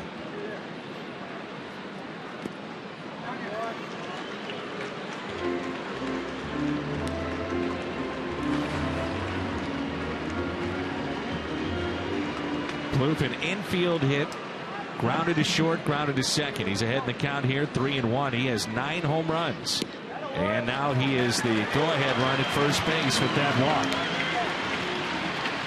This copyrighted telecast is presented by the authority of the St. Louis Cardinals and may not be reproduced or retransmitted in any form. And the accounts and descriptions of this game may not be disseminated without the express written consent of the St. Louis Cardinals. There's a happy fan here at Target Field. Jim Hayes, Al Verboski, Dan McLaughlin with you. A 1-1 game here in the home half of the 8th. It brings in Tori Hunter, who has walked. He's lined out and was robbed by Matt Carpenter, and that's a ball.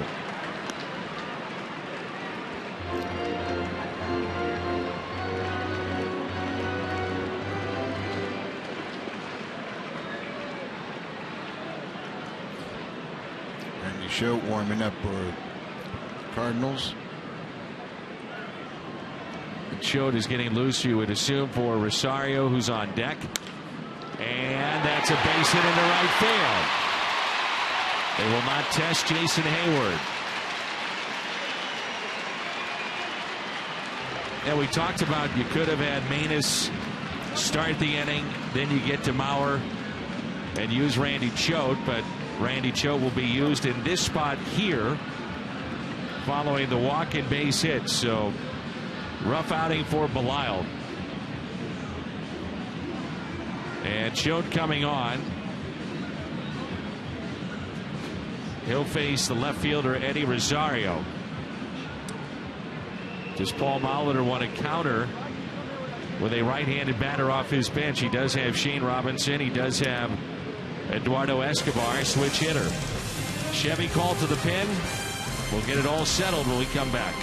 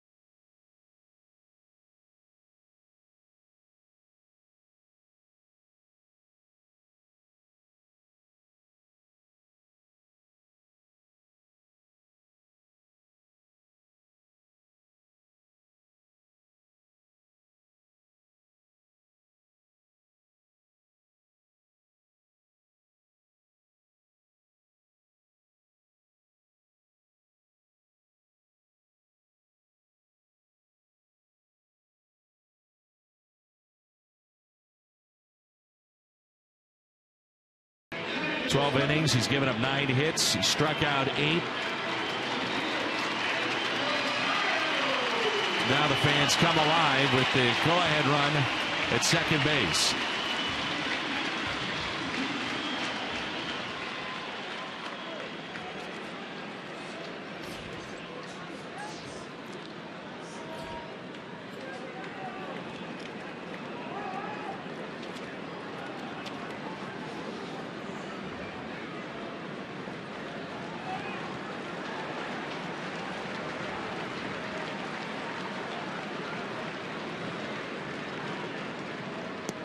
First pitch is strike. These two have never faced each other. Of course, Rosario just a rookie. And he made a good impression when he became the 29th player in Major League history to hit a home run on the very first pitch of his career. Trevor Plouffe is the runner at second base. Represents the go-ahead run. And it's 0-2.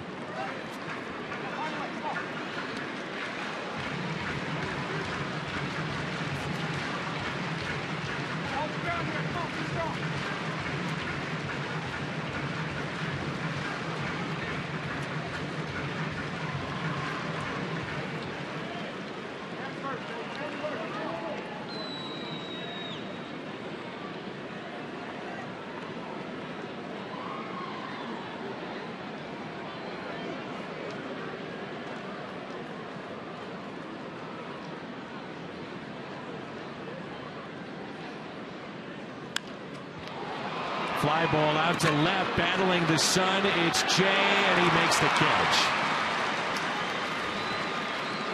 Opposite field, a home run by Joe Mauers tied this game up at 1.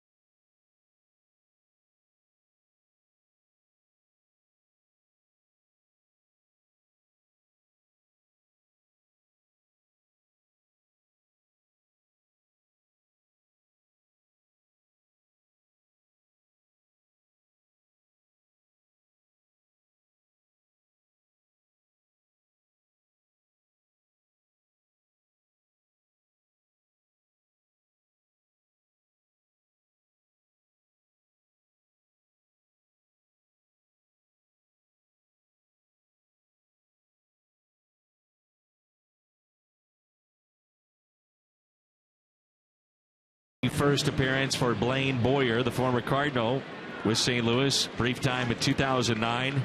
Aaron Thompson leads their club, the lefty, with 32 appearances. And we head to the ninth, and here it is. Matt Carpenter, 1-1 game. First pitch is strike. And Blaine Boyer is 33 years of age now. He retired in 2012 and was selling real estate in Atlanta, and then decided to give it another shot. And earlier this season, he was outstanding. He had a streak, scoreless streak of 18 innings. He's been their primary setup man.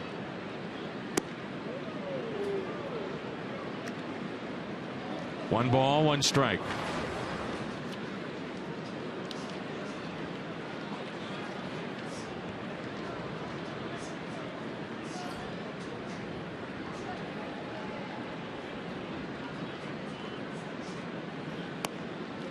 Taken low, and it's 2 balls and a strike. Matt Carpenter doubled to left center. That was his first extra base hit in 38 plate appearances back in the first inning. He is also lined out and grounded out. 2-1 pitch. If you go to extra innings, you're probably looking at Glenn Perkins in the 10th, who has had a tremendous season. Oh yeah, but So the idea is get to Boyer in the ninth.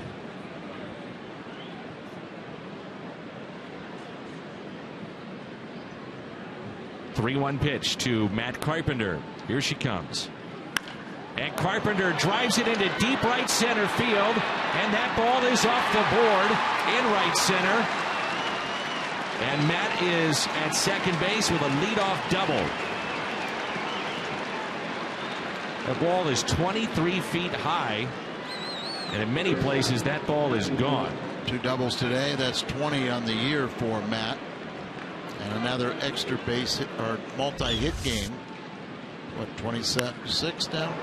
26 multi-hit game, but he smoked that ball, just didn't have the height to get it over that 23-foot wall, about halfway up.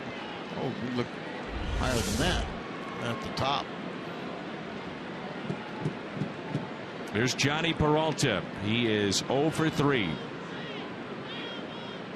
Carpenter, the go-ahead run at second base. Peralta hits it to the right side. Little squibber. And the play is made by Dozier. That allows Carpenter to advance from second to third. Very productive out right there. And nice play by Dozier.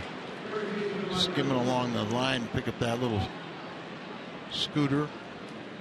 And then to right himself and throw him out at first.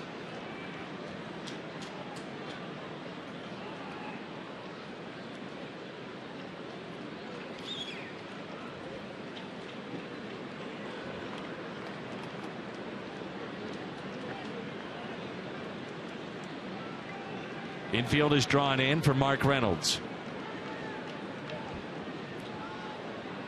1 out. Carpenter, the runner at third base. And the first pitch is a strike.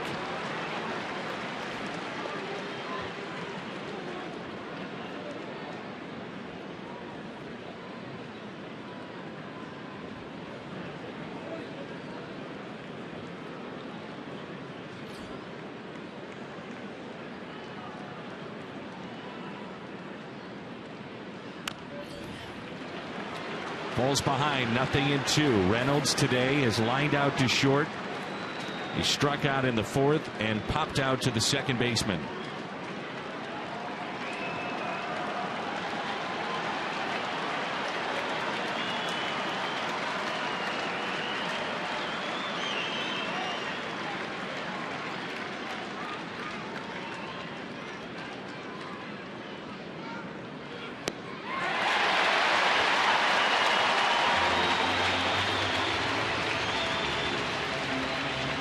It's up to Yadier Molina.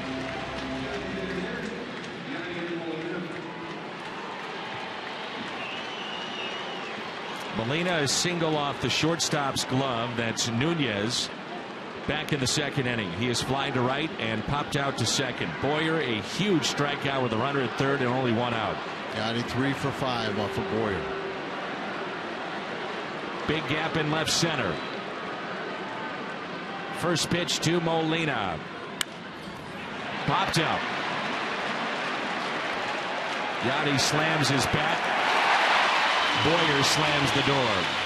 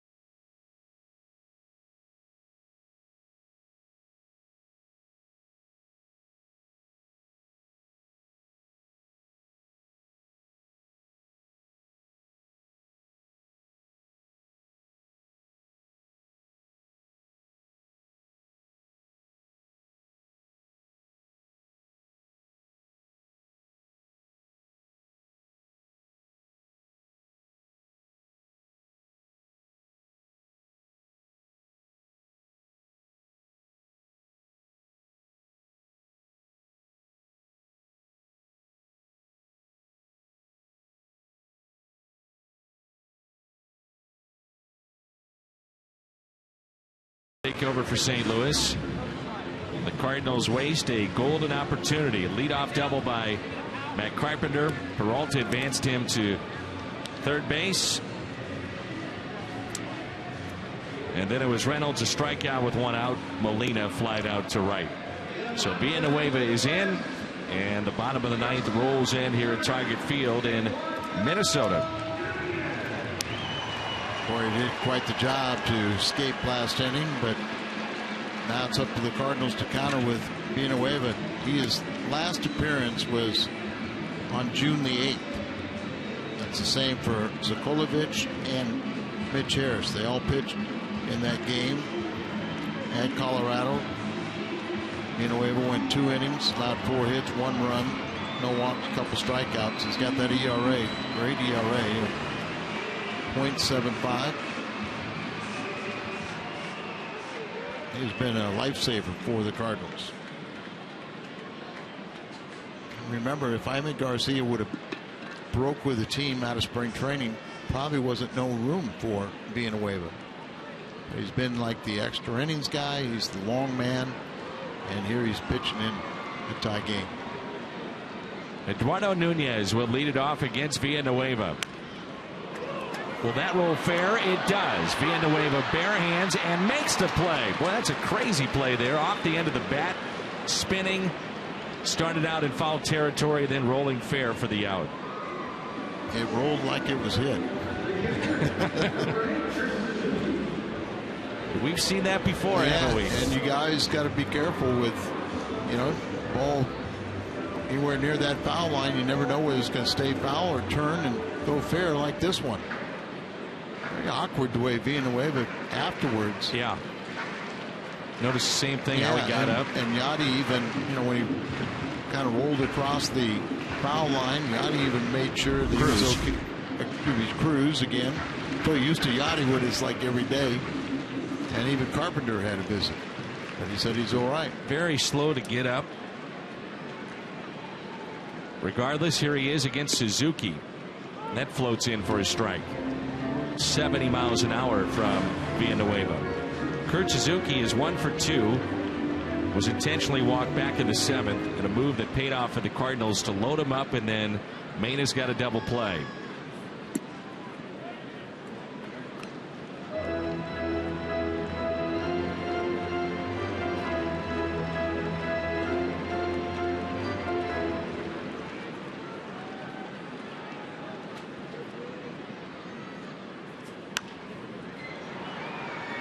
That's out of play.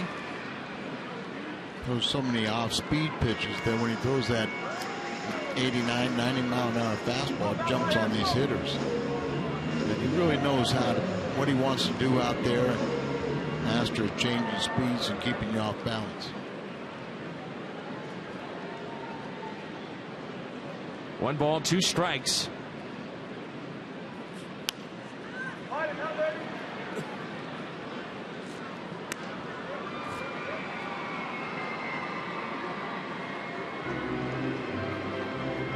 Guy that's a pitcher or a thrower, and you think about Villanueva, he is a pitcher. I mean, he's in and out, up and down, changing speeds, hits his spots for the most part. You want the changeup fastball away. On a hop to short, there's Johnny Peralta, 2 down.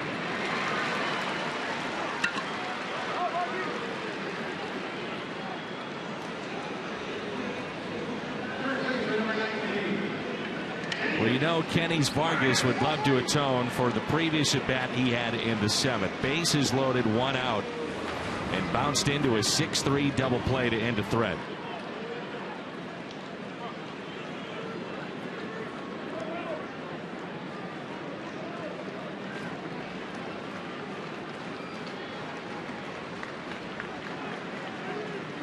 Man, when I see that stance from this side of the plate, I just think David Ortiz when I look at Vargas. Yeah. Same body type. Way he waves the bat. I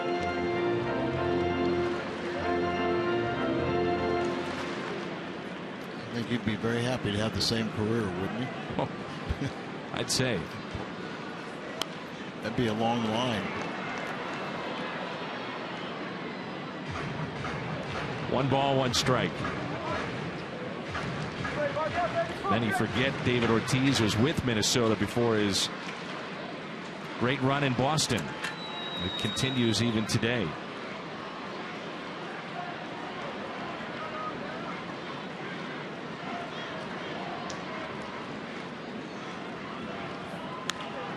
In the air, right field, and it's over. 2-1 Minnesota.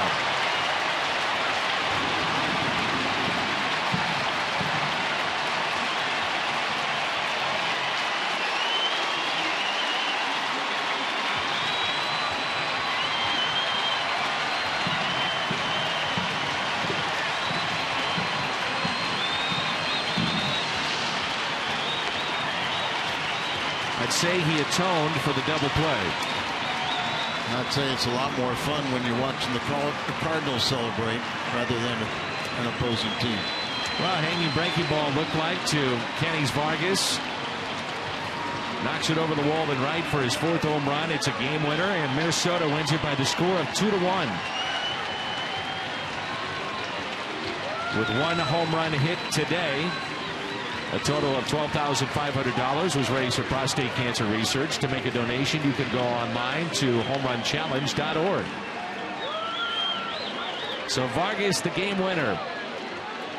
And he's our Budweiser player of the game, as the Twins have taken the final 2 of this series and earned a split with the Cardinals. Well, Vargas was looks like Ortiz, and the result was Ortiz-like.